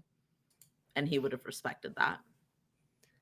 And I mean, I think you absolutely would have seen the news because it was everywhere. And you would have had the story that was put out to the media, which is that an up and coming superhero lost control of her powers. And that as a result, 2 city blocks have been quarantined indefinitely. Okay. So yeah. He wouldn't have let on, but Okay. In that case, she won't make a direct comment on it, but any person who's come into Hemlock after she came to Hemlock, she assumes at the time, if they were listening to the news, saw the news on the radio, anything like that. I would have heard some kind of inkling about it. Because the set was very much involved in the cleanup of that incident. So the person responsible was obviously also on that broadcast. But absolutely would not bring more attention to herself in that way. But she'd just be like, just reliving moments I'm not my proudest about, and I am constantly reminded of them even when I sleep. Well, seems like it was a night for weird dreams. So you're not the only one. Yeah. Weird dreams, weird power flare-ups, I guess. And still, I mean, those clips are really cute, but you don't remember where they came from? No, I woke up with them. So you think someone put them in your hair while you were sleeping, or I don't know, because like sometimes I have dreams about moths, so it seems like a really weird coincidence that the hair clips I have in my hair look like moths when I dream about moths. I mean, they don't look exactly like the moths I dream about, but still, it's kind of funny. I like them though. Though I don't know who'd put them in my hair on the staff. weird dreams? Scylla, have you ever woken up with anything from your dreams before? Is this like a common thing for you? JD, I think the answer to that is no, correct? For now, yes, Fuck the answer is you. correct. Fucking monster. Okay. Wow. Okay. Nope. Nothing like that's happened before. I mean, I guess that would be a good thing because sometimes I like have bad dream with like this darkness in it. And I wouldn't want to bring that out. But also I technically don't think I brought anything out because again, these aren't the moths in my dream. These are barrettes that look like moths. The mention of the darkness makes the hair on the back of both of your necks rise, Elle and Valen. Did I say something wrong? I wouldn't try to bring it out. No, It's creepy. No, of course not. just Especially because it has teeth. And that's weird and creepy. that is extremely concerning and creepy. I Yeah. would absolutely agree. I don't actually want to think about that. I'm sorry. If it No, makes you feel it's better, I scared it. So you know, I would be scared of your teeth too, Scylla. They're pretty impressive. thank you. So I like to chew on things. It builds strength. Enrich the environment, JD. Give Scylla the fiber she needs. Gonna give Scylla a library, but then you're gonna be sad because all of the books are going to have been eaten. No, we will defeat Scylla the books that don't matter, like She's Catch not gonna eat 22. the books. She's just gonna and get covered in bite Metamorphosis. marks. It's how you tell which ones are the really boring dry books. Are they covered in bite marks? Exactly. See, Steph gets it. Yeah. Was there any darkness in the dream I remember, or just the screams? Just the screams. But we got the spider sense, the Peter tingle going on. I didn't like that. It's in the movie. Ian. That was The Peter tingle is in the movie. the It's a thing they Peter say. tingle. I hated that Yeah. too. The more you say it, it does not make it better. Elsie, you can You're repeat so it. right. I said it the second time and I was like, oh, I didn't like that. JD, what time is it? Time to get a watch. Not allowed. Contraband. I'm gonna say, I mean, there are clocks in the room, so you can readily check. It is about 10:30. It's been a little bit of a late start to your day. And you also mentioned, Valen, that you've been keeping an eye on Gray, and they notice your eyes go towards the clock, follow your gaze, look back, and just wink at you.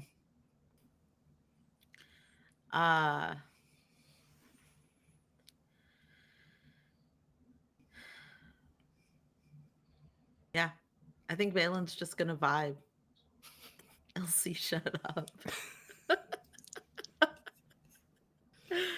uh the there's nothing that's giving off the electricity that I saw experienced. That was only around like kind of the shutdown portions of okay. Um then yeah, I mean Valen doesn't know what the fuck's going on, but they're gonna keep their mouths shut. That is fair. And I'm going to briefly move away from this trio in the cafeteria still and back to Mara on the phone, who just had confirmation that that wasn't a dream. What? What? What? Sorry. Sorry. What do you mean? Fuck. Oh, fuck. Shit. That was. No. Okay. I said that. Yep, you heard that. On. Mara.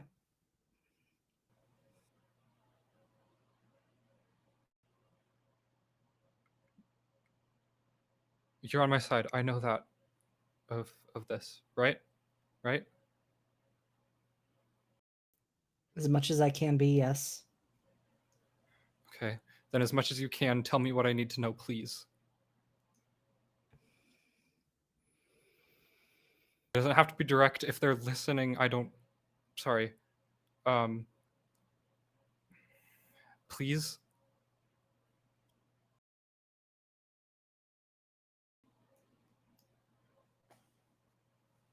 Mara, you can tell that Pawn is very carefully choosing their words. Mara, I don't know what you think you just heard me say, but I know you're new to Hemlock, and I'm sure they've given you the rules, the warnings, all of those things. Hemlock is a dangerous place for dangerous people.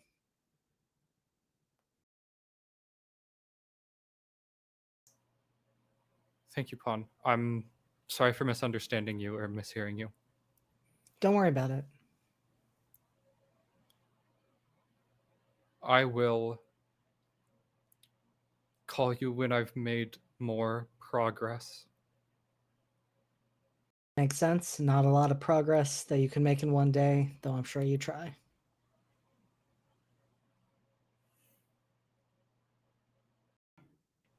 Fuck. Okay. Um. Is there anything else you want to say to me before I go back? I'll give you my recommendations. Okay, Be please. careful. Keep your head down. Don't draw attention to yourself. Work the program. Get better. Get out.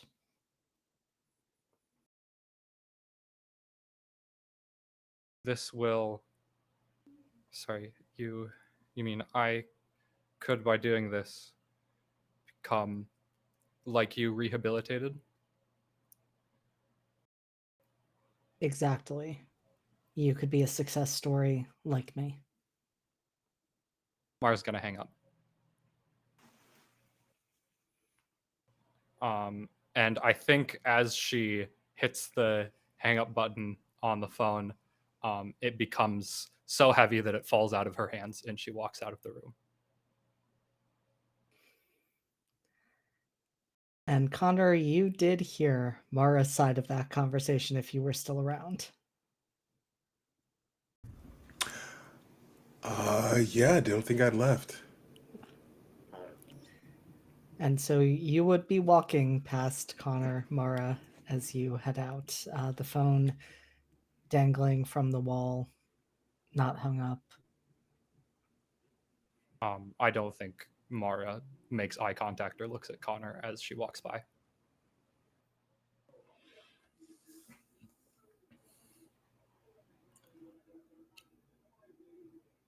So, it wasn't a dream?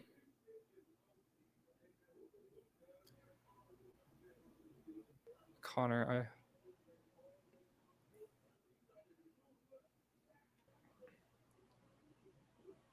I don't know. No, sorry, I'm gets really close to Connor. Mm-hmm. Don't say anything to anybody. I heard what I wasn't supposed to, I think. Pawn's on our side, I think. If something is to be on our side about, I guess, I don't know.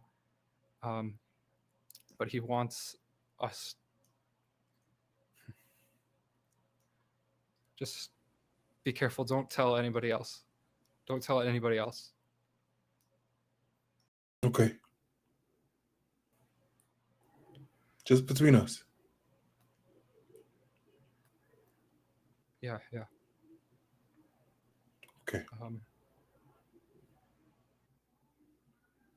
Where did you get your sketchbook? I've been I thinking asked- about drawing. Oh, we can ask one of the orderlies. Thank you. Oh, that is interesting. So one thing I will say, Connor, there were a couple of extra pencils in your room. Because he said he was gonna. I have extra pencils. Can I have one? Yeah. Also, if you don't want to talk to the orderlies, I have an extra sketchbook. Do you actually? Yeah.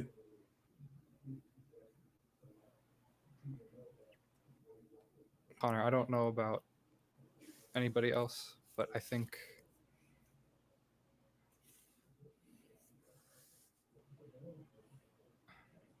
never mind. Hey, it's okay. I get it. You want to meet me in the day room? I'd love that. Thank you. Of course. And he'll trot off. And Mara is going to stop by the cafeteria very quickly to tell Ellie. Elle, Yep. thank you for showing me around today. Oh yeah. Are we still in the cafeteria? Did you come back to the cafeteria? Yeah. Yep. Okay. I like almost choke on my coffee when you like show back up. I'm like mid sentence. Like, oh shit. Yeah, no problem. Do you want to sit down? No, I'm going to leave. Hey, Mara. What? How come you don't want to talk to anybody?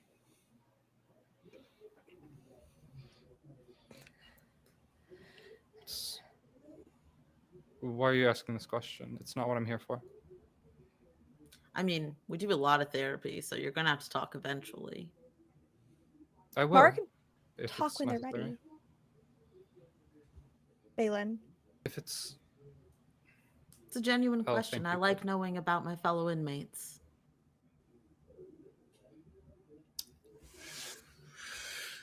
That is a way to put us, Balin. Balin, Would you call us something different, hero? I think Mara was trying to say something, Balin. Experiments. Also a Balin. choice, Scylla. Also a choice. I appreciate your enthusiasm, Valen. Maybe you could learn a thing from me not talking all the time. And she is going to go to meet Connor in the day room. I think Valen looks impressed. Noted.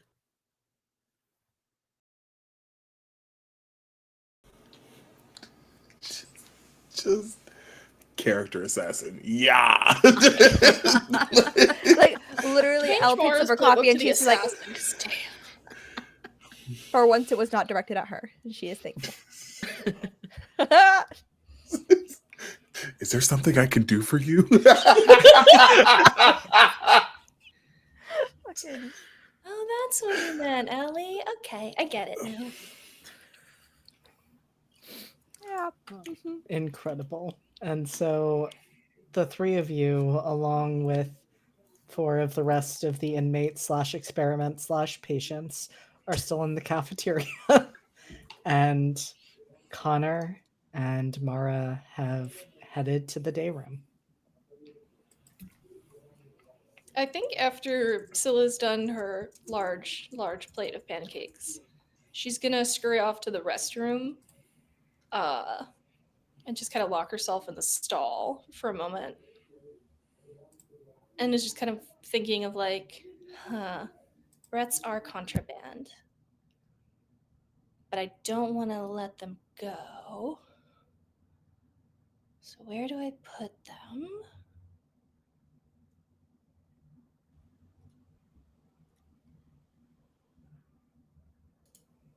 Scylla, I would like you to roll to unleash your powers. What?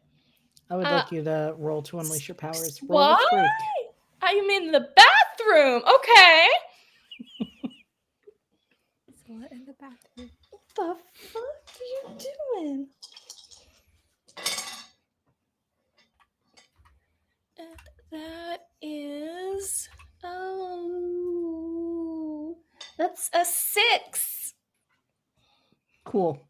Yay, potential. Fight me though. You do mark potential. Yay.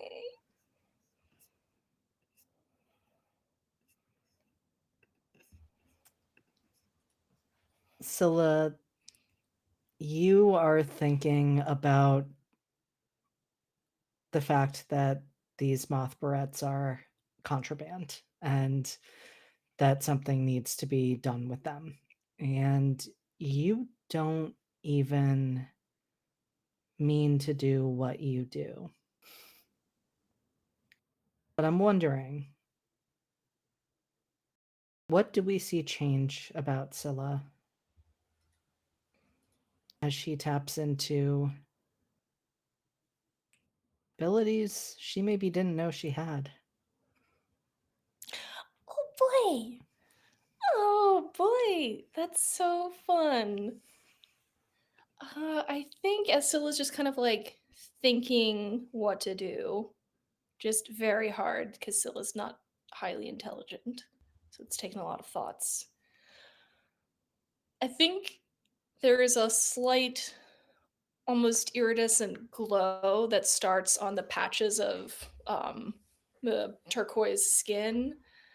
And then the glow just kind of, not the color, but the like aura kind of radiates out through all of her skin. So she's like faintly glowing, almost like a glowworm in a way.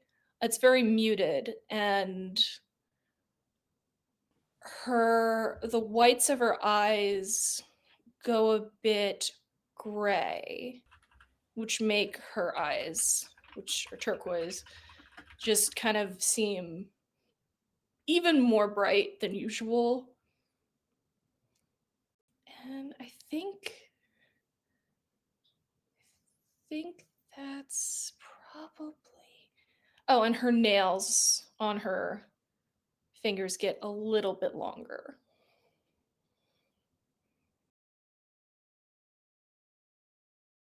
Maybe her teeth are a little pointier. Sorry, I had to respond very quickly to Elsie and tell them to stop being a coward and to put that fucking comment in the chat. Okay, I did. Because you challenged me. I'm not a fucking coward. Say it to my face, limp noodle. I'll fight you, Elsie. Don't say things you don't mean now. Because I Oh, will I get mean my it. car keys. Be there at 4 a.m. Crawling through your window. And I'll be asleep. No, you know what? I'm gonna hide in the tree. The tree is still there. I don't know if the tree is still there. It's not. All right, well. It's stunk. Window it is. Anyways, back to you, Scylla. You have this luminescent glow, and you feel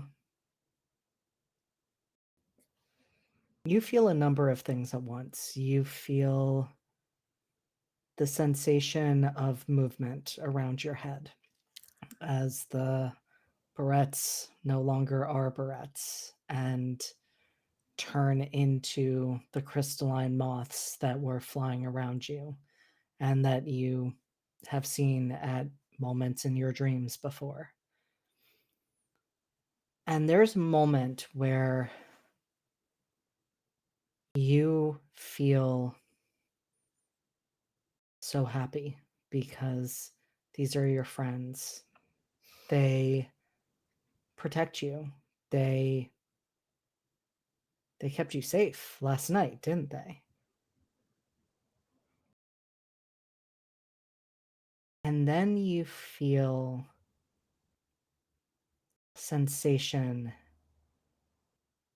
like you're being watched, but you innately know it is not from anyone at Hemlock. Like, you have gotten very used to the idea of cameras. You've probably gotten very aware of where the cameras are because you have crawled through vents and other places that you're not supposed to be.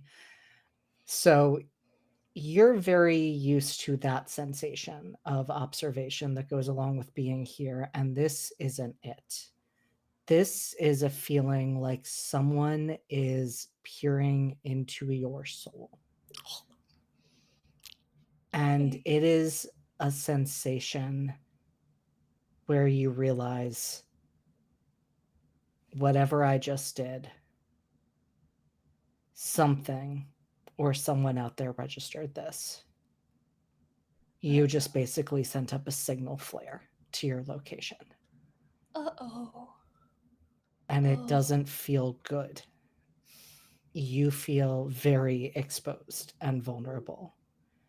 And I think there's even a moment of almost being grateful for the layers of security around you. Because maybe that will be enough to stop whoever's attention you just got. Is there a vent in the bathroom? Of course there is. We're scaling the stall and we're climbing into the vent. Fuck this shit. I'm out. The sensation doesn't go away. It lingers for another 5, 10, 15 minutes, but it does eventually fade. So it's just kind of like looking at the moths flying around her and it's just like, do you know who that is? The crystalline moths do not answer.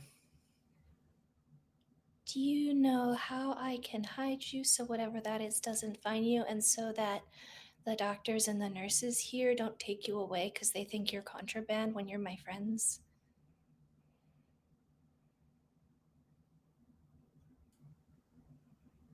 They do respond to that, not with words, but they get close to you. And Scylla wears her hair in a braid. Mhm. They start to burrow in, but the strands of the hair, as they do, turn white. Okay. So is it an even like streak through her braid or is it just patches of white? It's patches of white. Fun!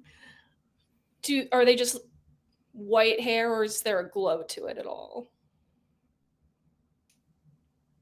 They have muted it, but there is probably as much of a glow as comes off those patches on your skin. And when the sensation of being watched by something real freaky goes away, do the changes go away? No, those remain. Cool. So do I remember last night now?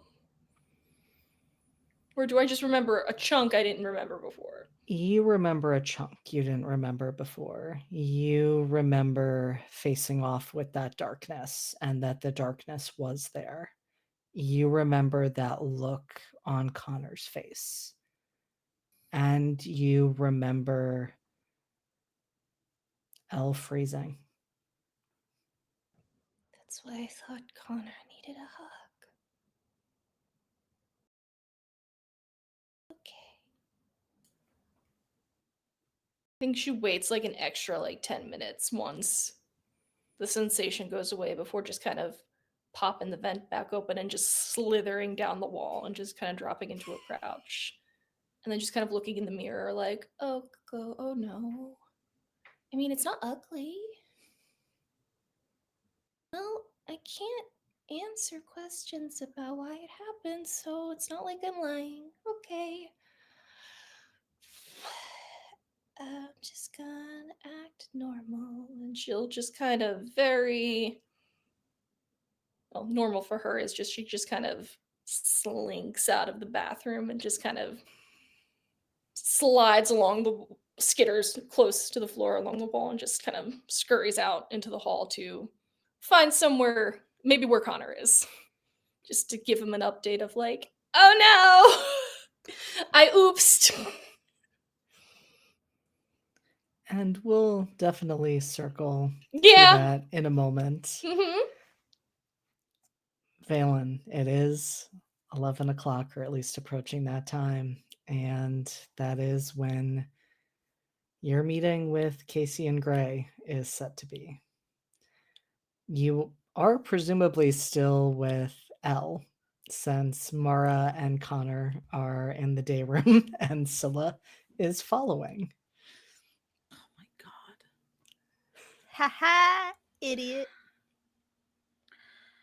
Well, Still I is would following like a say- nightmare. Okay. I would say that this has been great conversation, but I am trying not to lie. Dr. O says that I need to stop lying about things, so look at me improving in therapy. Have a great day, Elle. Felt like a Connor lie. will Connor will get up. Who's Connor? Connor. I'm looking at Q as I'm saying it. Valen will get up. Listen, we've all been Connor at least once. It's true. I don't think I'd ever be as innocent as Connor. I've been as sad as Connor. Oh, that's okay. Okay. We've all been as sad as Connor at one We've all point or been as another. sad as Facts. Wait, are we though. talking about ourselves or our characters? Oh, I Just was say- I talking mean- about Kian. Oh, okay. I also wouldn't have changed my answer. That's true. That's true. Does Elle follow? Yes. Oh my god, of course she does. Yeah, I don't know why you asked that question, I Keaton. know. It's a kind of Can dumb I help question. you? No, I was going a direction. There was like two directions in this place, and I was going one of them. Be my guest. And I will stand to the side. Well, now she thinks you're acting weird. That's fine. I'm not the one you're supposed to be babysitting, Elle. First of all, it's not babysitting. I don't babysit anyone here. We're all adults. Arguably, you babysit all of us, I would say. If you want to refer to yourself as babies, that's fine. But I'm not responsible for any of you. I'm just saying that you seem to think you're a little bit better than everybody else in a different way than I do, to be clear. I'm aware that I have that flaw. Don't think I'm better than anyone here. We're all here for the same reason. No, we're definitely not. But We were all deemed too dangerous for society, and we are all here. Those reasons may not be exactly the same, but we were all dangerous, apparently, according to whatever criteria they're applying us to. So, well, the rest of you are here because your powers, one way or another, got out of control. why are you here? Fuck if I know. That's why I'm trying to get out.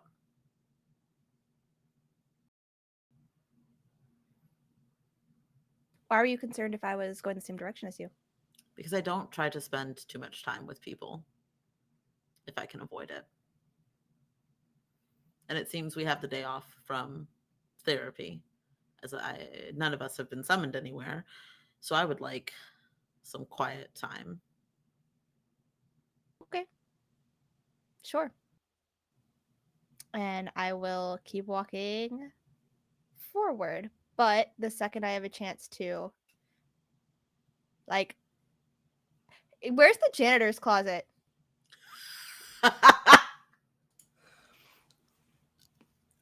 Don't answer that. Not- Do not answer that, JD. Not for the reasons you might Do think. not answer that.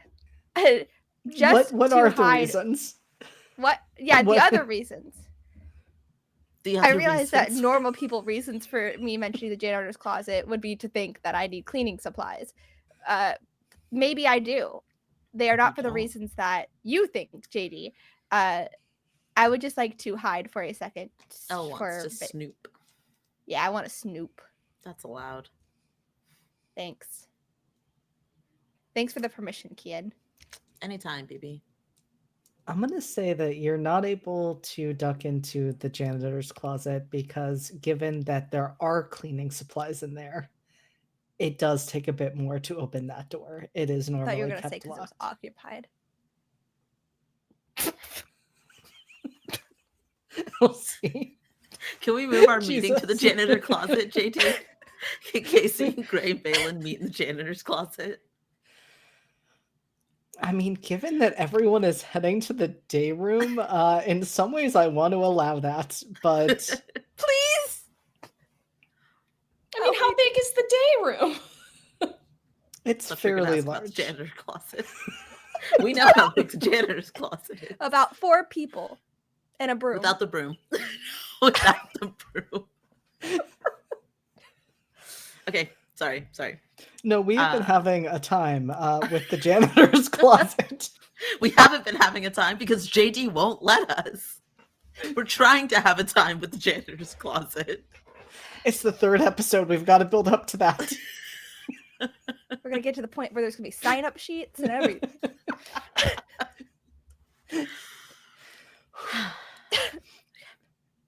So, Elle, if you do go to hide, you are not able to hide in the janitor's closet, but you are able to duck into a closet. Okay. Oh, we say okay. We have options now. Okay, I got it. Okay, I'm hiding inconspicuously. I don't know if this is like normal TTRPGs where I have to say out loud that I'm being sneaky because I've done that before where I haven't and got fucked because of it. Being sneaky. I'll allow it. Valen, are you trying to keep an eye on where Elle goes? Not. I mean, I'm trying to track people in general because I get the sense that although I didn't like it, Mara is right. Valen needs to learn how to shut the fuck up. So I'm keeping a general awareness of people. And if Elle does not go in a direction that is normal for her to go, I would absolutely clock that. Yeah, I mean, she just opens a door and disappears beyond it. Wow. Okay.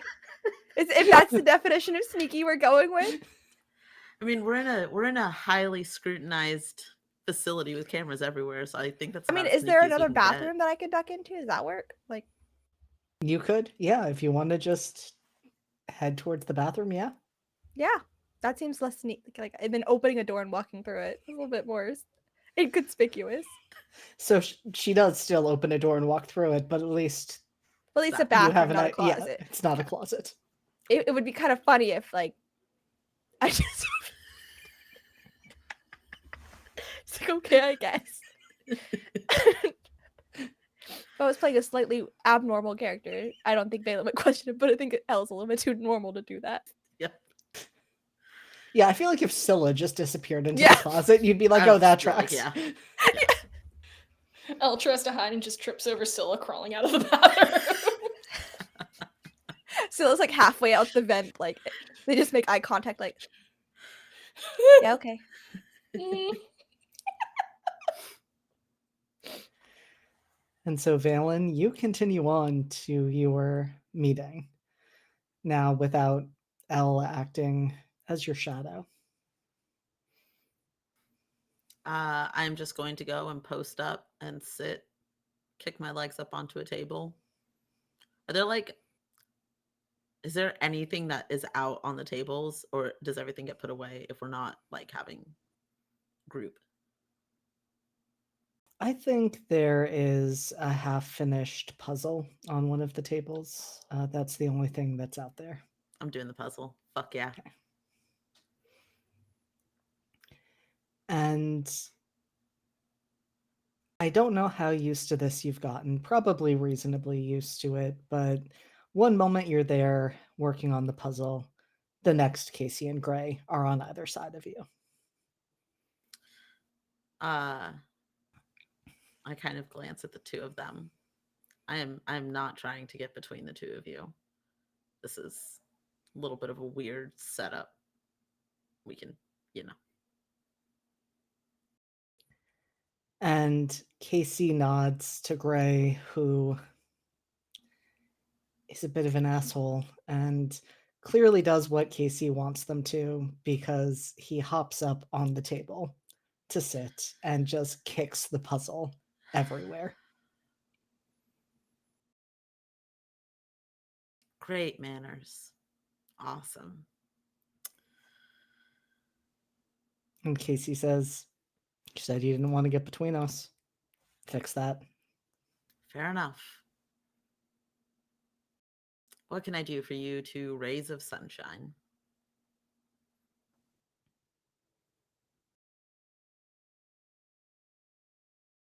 What do you remember about yesterday, Valen? I gotta look at my notes because Kian remembers everything, but I gotta see what you said. I remember. Was there anything? I'm guessing all the doors look identical. Was there anything that, like, in my head, I would be like, I for some reason I remember Dr. O's door, or nothing at all? Given that the doors look so identical, you know it was a doctor's office. Like, you know it was one of those doors. It's not one of your doors. It's not the closet doors. Like, you would know it was an office to one of the rooms for the professionals. So Okay. you would know that much. I remember group therapy. I look at Gray. I remember calling you a dog. Probably wandered around a bit, I guess. And then I woke up.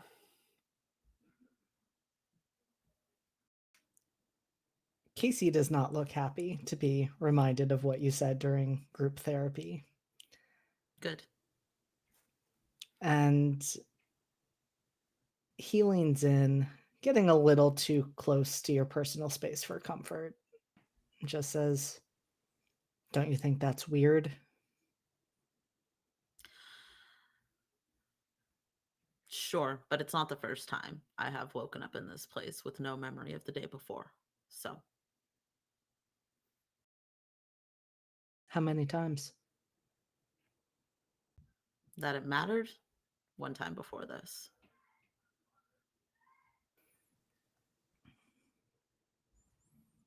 You know, it's a shame.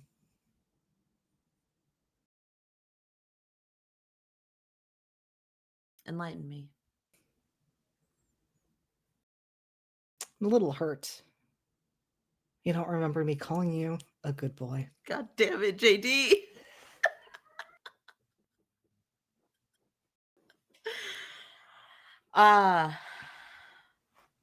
I think Valen's eyebrows just go up.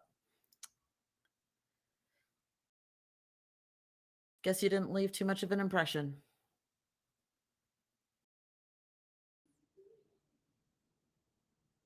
Better luck next time, I suppose.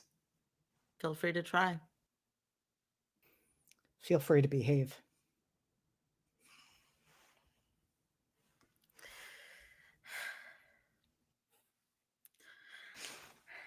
So did you two come over here just to flirt with me, or is there another reason? Nothing on this said that it was a date, so I'm a little confused right now.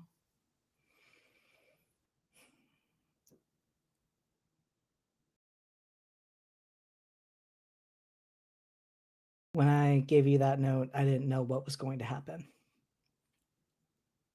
So plans are a little different now.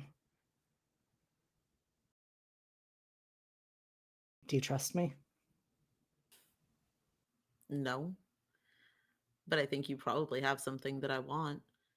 And based on you coming to seek me out, I suspect I probably have something that you want too. So,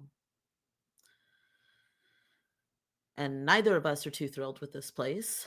And the enemy of my enemy is my friend, as they say. As they say. I think we can help each other out.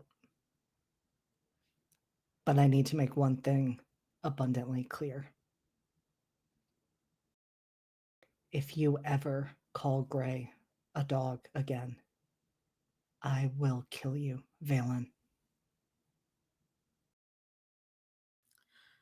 This is definitely one of those moments where Valen remembers that they are outmatched in this place. Uh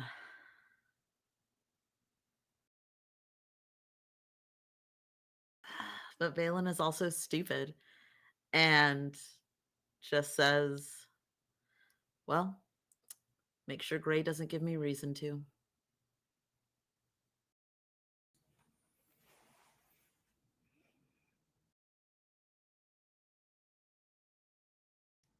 You know, Valen, we could have done this the easy way or the hard way, but now we're moving towards the hard way. There's a puzzle that has been kicked down, table that's bolted down, I assume, and whatever chair I'm sitting on. Couch? Am I on a chair or a couch? That's up to you. In my head, it was a couch. Like a really You're on the loungy couch. one. Yeah. Probably a really comfy couch. They trick you with the comfy couches in those places. Do the Hey, pillow... quick question. Is this happening in the day room? It is.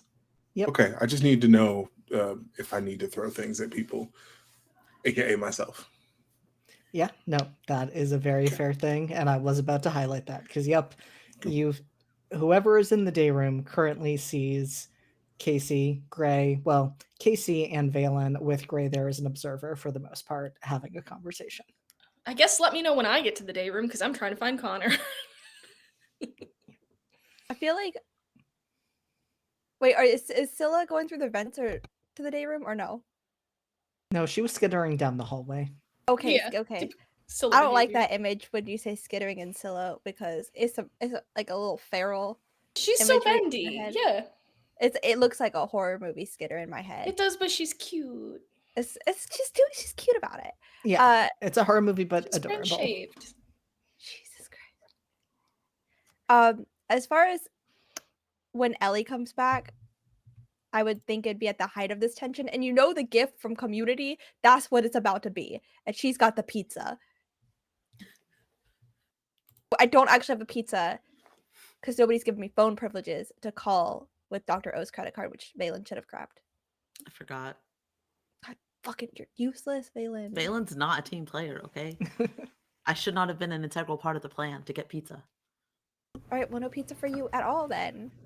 No pizza You for lost anybody. 2. You lost 2. All right. Anyways, And so I'm just to paint, at the opening of the door.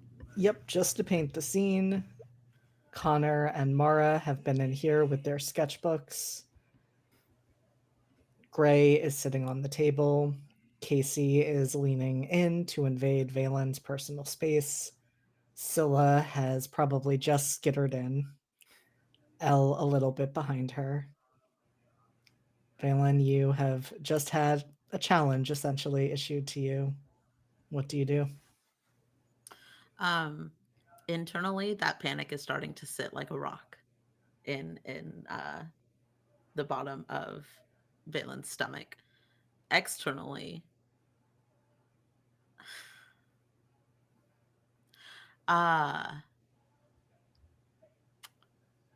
Valen just looks at Casey, smiles. Well, you have my interest. What is the hard way, Casey? I am shaking in my boots.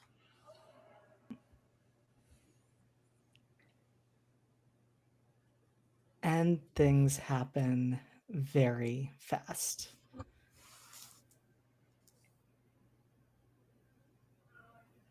None of you see Gray move, but any attempts to intervene in what is about to happen are thwarted by them. But before they turn into a blur of movement, Valen, Casey looks over at Gray, and the two of them lock hands. And then both reach out to put a hand on your shoulders. Oh. And that electricity that you feel it nullified. You suddenly can't feel that anymore. And you are welcome to take a swing at Casey while Gray is running interference, if you would like. I think that, yeah, because I don't even think Valen is thinking about anything except don't fucking touch me. Valen does not like anybody putting their hands on him. I'm just punching. What do I roll with? Roll with danger. Okay. Oh, I have a -1. I'm so stressed.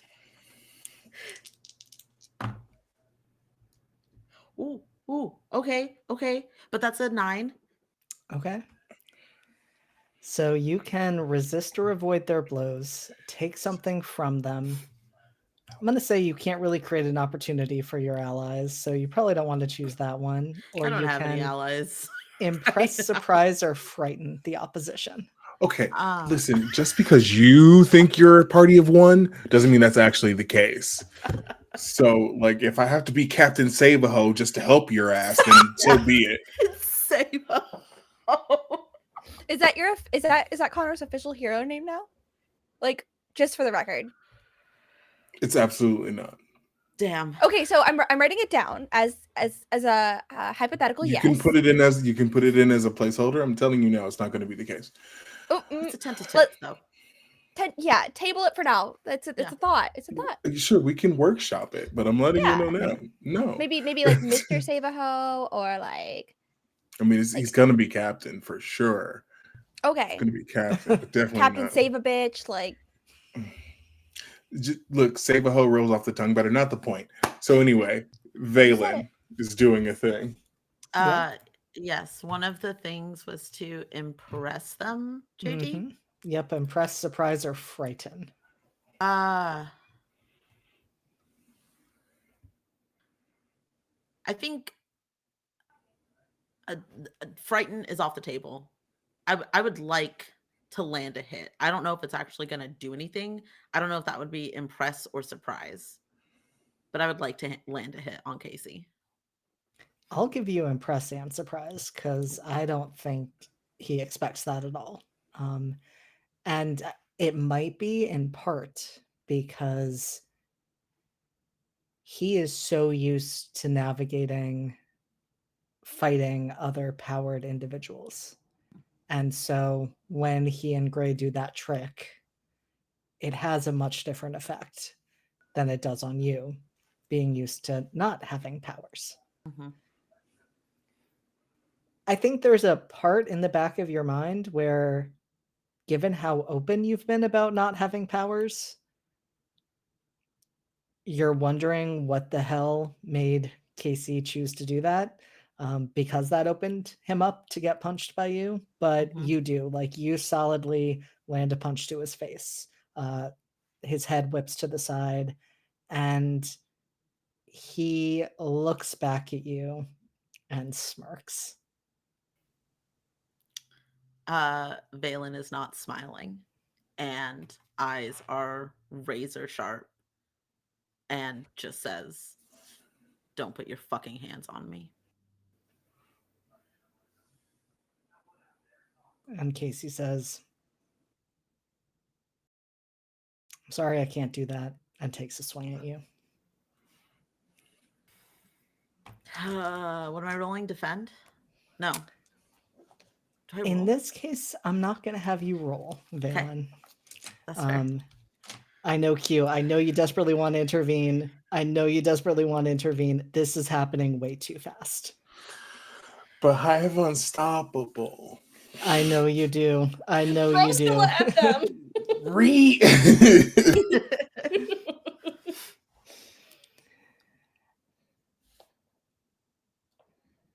Valen, you see a little bit of regret in Casey's eyes as he goes to take the swing. Like, he doesn't actually want to do this.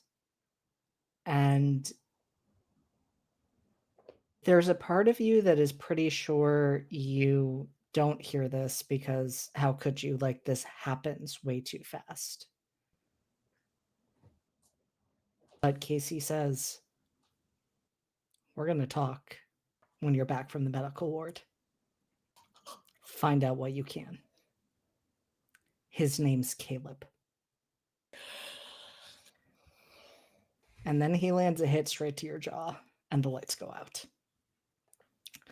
And so the rest of you see, in very rapid succession, Valen swing at Casey.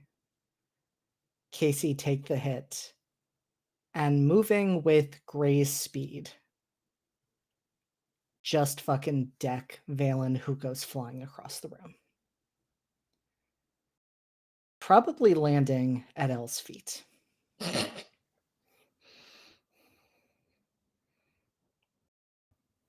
And the response from staff is almost instantaneous. I mean, it's almost shocking because they're there almost immediately. Medical staff getting Valen on a gurney to be wheeled out. Casey and Gray being dragged out to ISO for what they just did. And they're not protesting. They are going along well, that isn't true. They're going along reasonably quietly. Mhm. They're definitely like cursing at the orderlies who are leading them out, but the chaos is surprisingly short-lived, which I guess for those of you who have been here for a while, less of a surprise, because when these sort of things go down, they are dealt with pretty quickly. For Mara, probably a bit shocking that this whole mess that unfolded with one of the other patients getting presumably badly injured enough that they're being taken to another ward for medical attention is all wrapped up in a matter of maybe 5 minutes.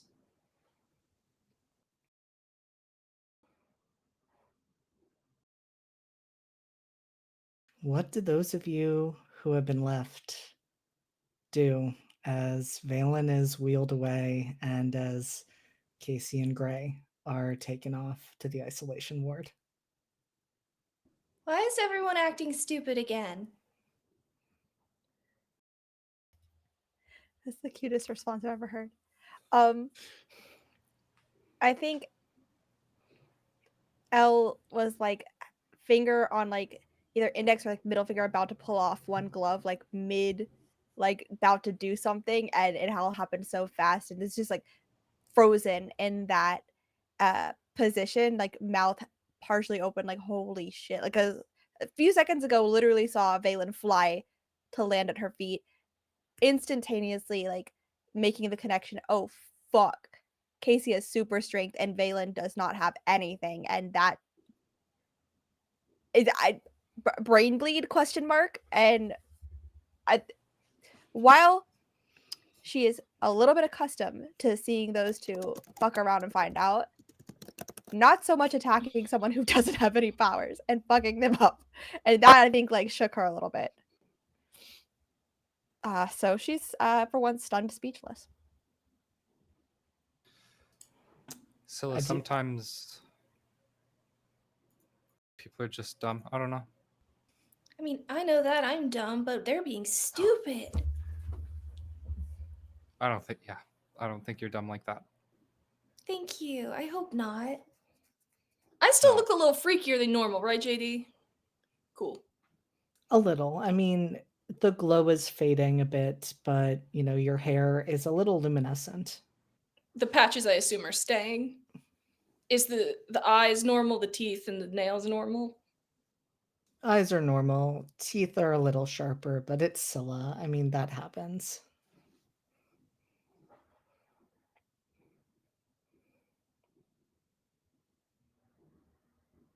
What's Connor doing?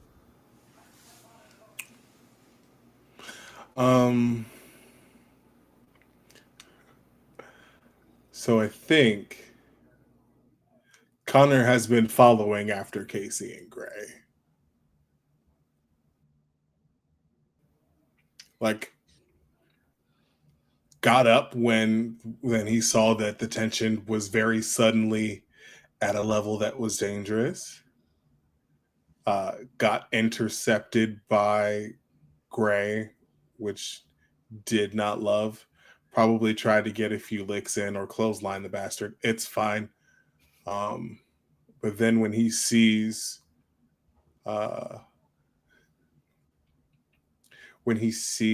Valen go flying, I think like he's probably standing the tallest that he ever has. The expression, it doesn't have any of the sadness. It's just anger. Both fists are clenched. I think there might have been an orderly that stood in the way just enough to give him pause to not engage fully. So I think now he is at the hallway that was leading to ISO.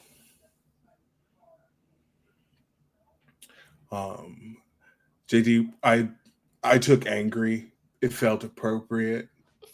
I think that tracks.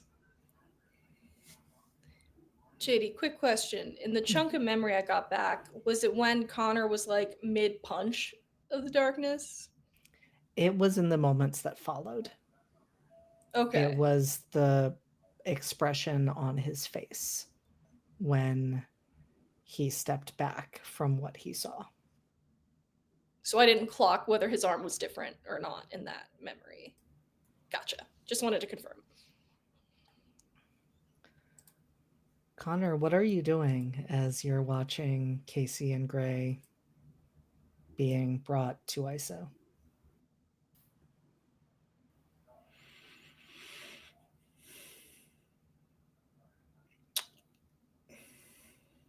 Oh, buddy.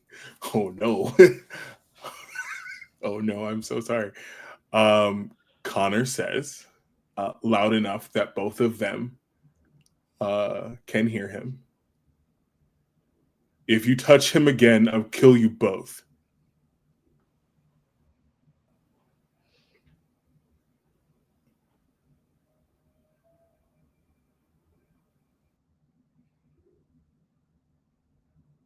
And Casey looks back at you and says, "It's not part of your treatment plan."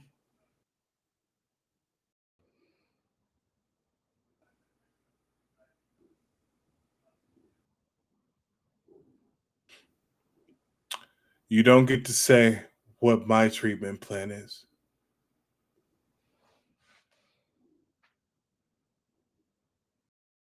You want to be stuck in here with the two of us for all eternity? Be my guest.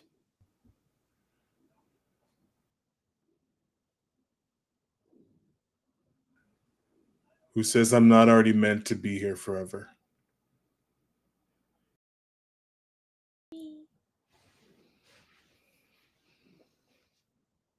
Don't touch him.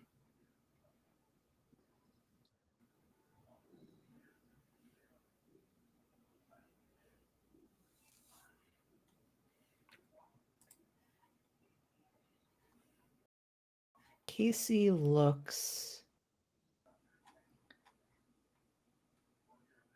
Casey looks at you with almost a look of respect at that, which I don't think you've ever gotten from him. Like, he is seeing something in you in this moment that even though you've protected others, there's something that he's linking to there, and he doesn't throw anything else back at you. And so it's instead Gray who turns as much as he can turn, being restrained and led to ISO. And just shakes his head and says, "You don't understand, Connor, but you will. Don't judge us too harshly right now." And Casey kind of says, "Shut the fuck up, Gray."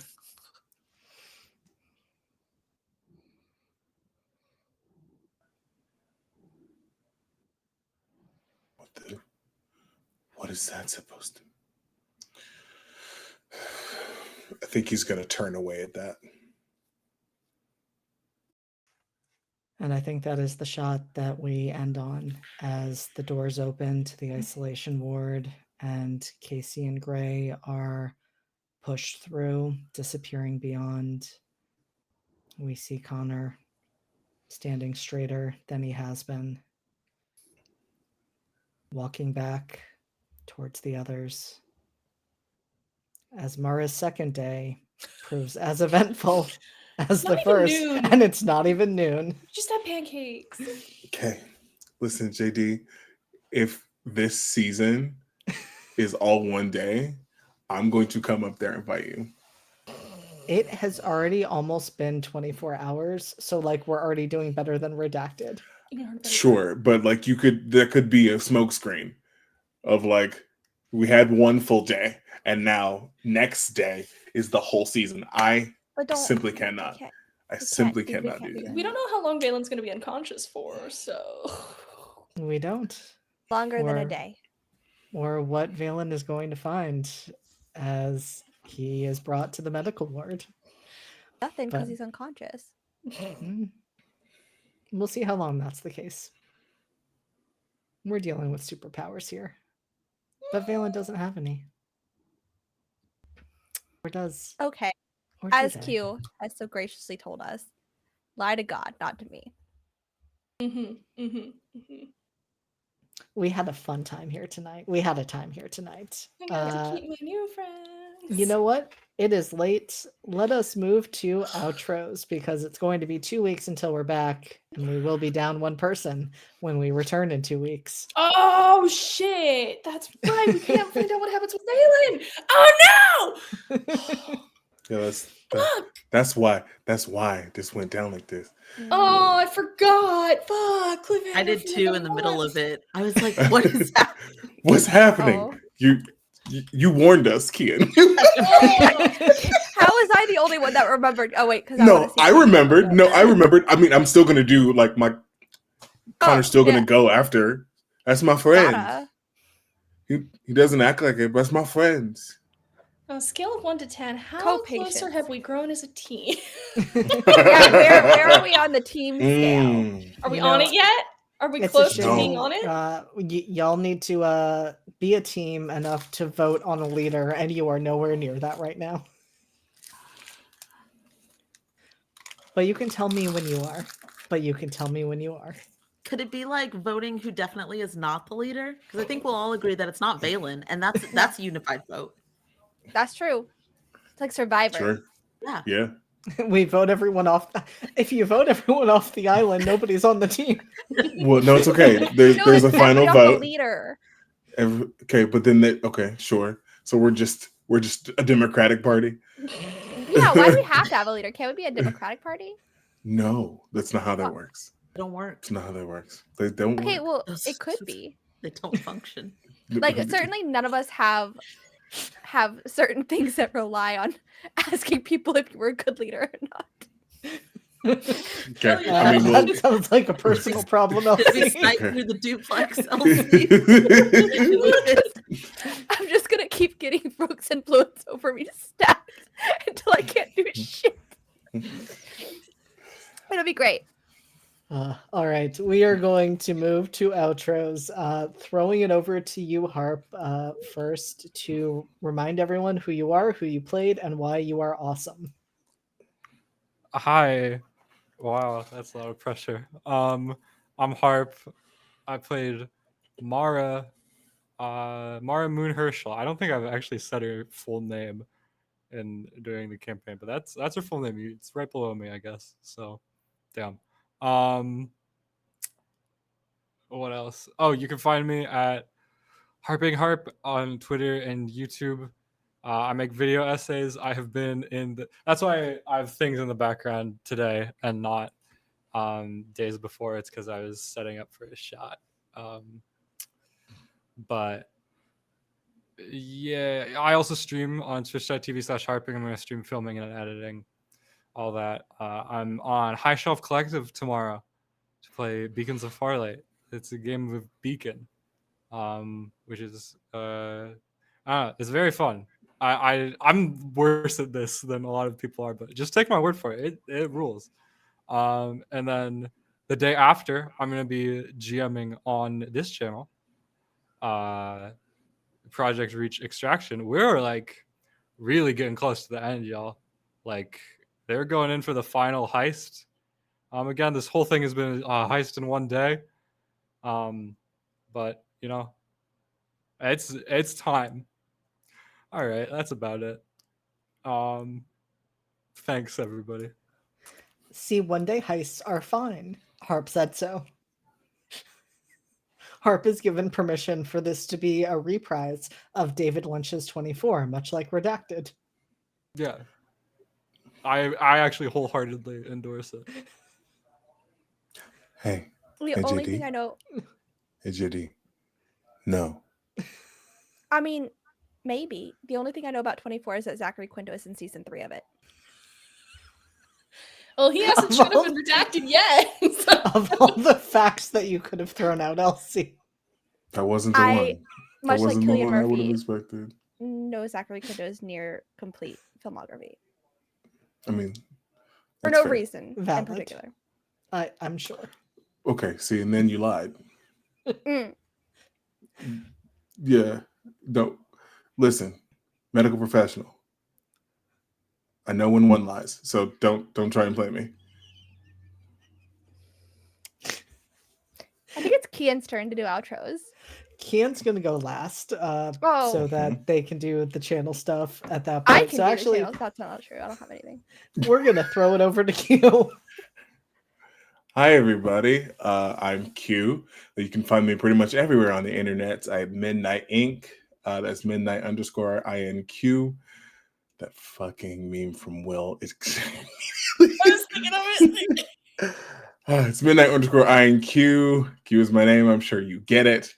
You can find me in a lot of places. Let's see what's coming up next. This Thursday is Redacted. No. We're off. No, week we're 'cause off I'm this traveling. week. Yeah. You're traveling. We're off this week. That's Yep. cool. Listen, that's fair. I could use a break. Then we've been going ham. Okay, so Saturday, you will also not be here, but we will be on Live from the Apocalypse for Class Reunion. That is the new spot for Class Reunion. I will be there until I'm not anymore.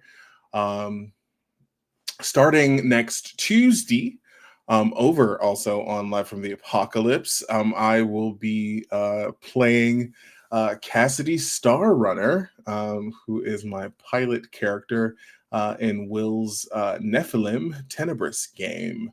I'm very excited. I'm in love with this boy, and I can't wait to play him. Also, Sunday, over on RPGs Uncovered, I'm playing a Lancer game, doing lots of space games. I'm very happy about it. It's called Starcrier. Other than that, I don't think. Oh, a season of Secrets and Shadows. Yes, Elsie. What's up? What's your build? What are you running for Lancer? Right now, I'm in an Everest. We are license 0 until we get like into, and then I'll tell you what I'm playing later. Everest is the best frame, anyways. It's like not no joke. I run an Everest frame. Oh, okay. Well, I'm LL5 now. Oh, okay. Well, It's good. I like that for you. Um, right. A season of Secrets and Shadows. I'll be in table 1, even though it is not. It was not the one that went first. Elsie, you're big mad. Okay, I'm done. I've said too many words. I'm done talking now. I mean, incredible, Q. Incredible. You guys have all been murdering each other tonight, and again, it means I don't have to. Speaking of someone who will murder me, Steph, you were up next. Thank you. Hi, I'm Steph. I've been Stella, who had a literal glow up tonight for about 30 minutes. You can find me at in this game, obviously, every other Tuesday. You can also find me in Redacted. And also in the other table of A Season of Secrets and Shadows, where my partner continues to make choices that I don't know about because I trust them, and it's fine until the demon probably surfaces again. So you can see how that's going for us, and then I think that's it. I'm not in a lot of stuff. Yes, so that's fun, and see how fast I can fill up this Doom track. I mean, you are currently behind me, so, that is good for you. And I'm happy for you for that. Elsie, you are up. Sure. Fuck you, Q. Anyways. Hi, I'm Elsie. I'm Optimistics on all social media. Where can you find me? I, for the next few weeks, will only be on, where is it? Lost Caravan playing Lancer in our Hell's Gate campaign. We just played our last episode yesterday and we'll be continuing on. There's absolutely nothing to worry about. Just like, all of us are unconscious from that last roll from something. You had beat a 20. I don't know what the fuck Hoop was on with that shit, but only one of us is awake, and it's one who doesn't like NHPs. And the NHPs are causing this. But we get to be LL5 next game, so I'm super excited. And then I will no longer be running an Everest build Q, but it's really good. That +1 accuracy on all saves, hull checks, everything, attacks. Very good. Very good. Anyway. Are you trying to convince me or yourself? No, I fully agree that +1 accuracy really helps when you run a Sekhmet and just destroy everything on the field. But anyways, the other time is here every other Tuesday. Monday, Tuesday, I destroy myself or get destroyed by my fellow cast members, as Q is so graciously showed me the entire night. Very nice. Love that for me. No jokes. I do. It's been great, but also destroying Kian, who I will miss greatly next game. I'll be sure to destroy Balin when you're not here to defend them. Other than that, I will also be there with Kian on the 21st on the Lost Caravan playing Old Gods of Appalachia. We're doing a 2-part series that will no doubtably be longer than that, and I have no idea what's going on with it because I haven't read the chat. So I'll figure that out closer to the date, as I always do. And that's it for me. Thanks, JD, for another awful but glorious night of trauma. That is my goal with these sessions, and that brings me to me. So I'm going to be quick about this, mostly because half of what I do has been plugged and everything else you can find on socials. I can be found everywhere at JD, not Jason Dean. I am most often over with Live from the Apocalypse in way too many of their games and running 2 of them, the aforementioned Redacted and the Season of Secrets and Shadows, in addition to this. And I can also be found every other Wednesday with Kian for Nova, which we have just returned to, and all of our darling children are so traumatized. They're doing great. It's fine. I would not worry about it. I can also be found on Exquisite Corpse Presents every other Saturday for Sister Cities. And that's about it. But, I will throw it out there. If you like masks, Over from Live from the Apocalypse, we have an actual play podcast, Academy H. It is good. It is not horror, but it does get horrifying. So those are the things that I will plug. And then I will throw it over to you, Kian, to round us out for the evening. Hello, everybody. My name is Kian. My pronouns are they, he. You can find me on the interwebs at uptight_chiffon, uptight-chiffon. Elsie is cackling because I totally forgot that I'm in that Old Gods game as well on Lost Caravan. So I'm going to be in that on the 21st. Most nights of the week, you can find me here. Every other Monday, Minecraft Taskmaster. We hang out. We play Minecraft. It's totally fine. Will and I are best friends. That's all that you need to know. JT and I are not best friends. You also need to know that. Are you best friends with Will because Will killed JT? No. I'm most... Is Will still in chat? I'm mostly best friends with Will because I feel bad for him because he is not very good at Minecraft. I am trying so hard. I don't want Will to die again. Will got killed by a spider. Okay, I felt really bad for him. Let it happen. No, Let it happen. I know. I felt really bad. So Will would not say that we were best friends, and that's fine. That's fine. My feelings are not hurt at all. But JT and I are not best friends in that game. Let that be known.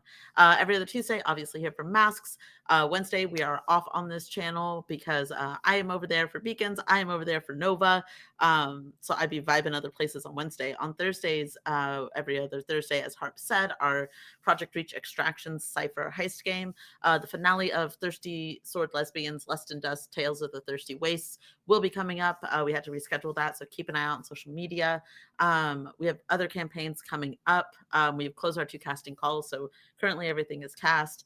Lost Caravan Fabula Ultima campaign, where I play a little lad with a dragon boyfriend and a girlfriend who's in my head, and she's evil. It's delightful. And then, yeah, that Old Gods game that I am absolutely in. But that's enough about me. I've pretty much plugged every single thing that's going on here at Entropy Emporium. We will be having a community night this month. We're not sure yet what we're going to be doing, but definitely follow on social media. Come hang out with us. I didn't grab the Discord link, but I'll drop it in a moment. I probably won't because I can't do 2 things at once, and I need to go do the raid. We are going to send a raid over to Lollygaggers. They're playing some kind of TTRPG. I got to make sure that I spell it right.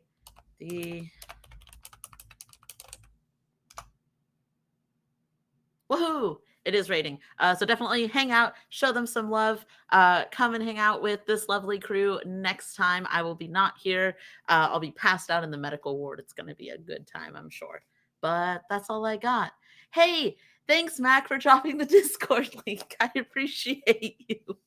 Somebody's got their shit together tonight. It's not me. But yeah, that's everything for the night. Be good people, do good things, love yourselves, each other, and the planet, and we will see y'all next time.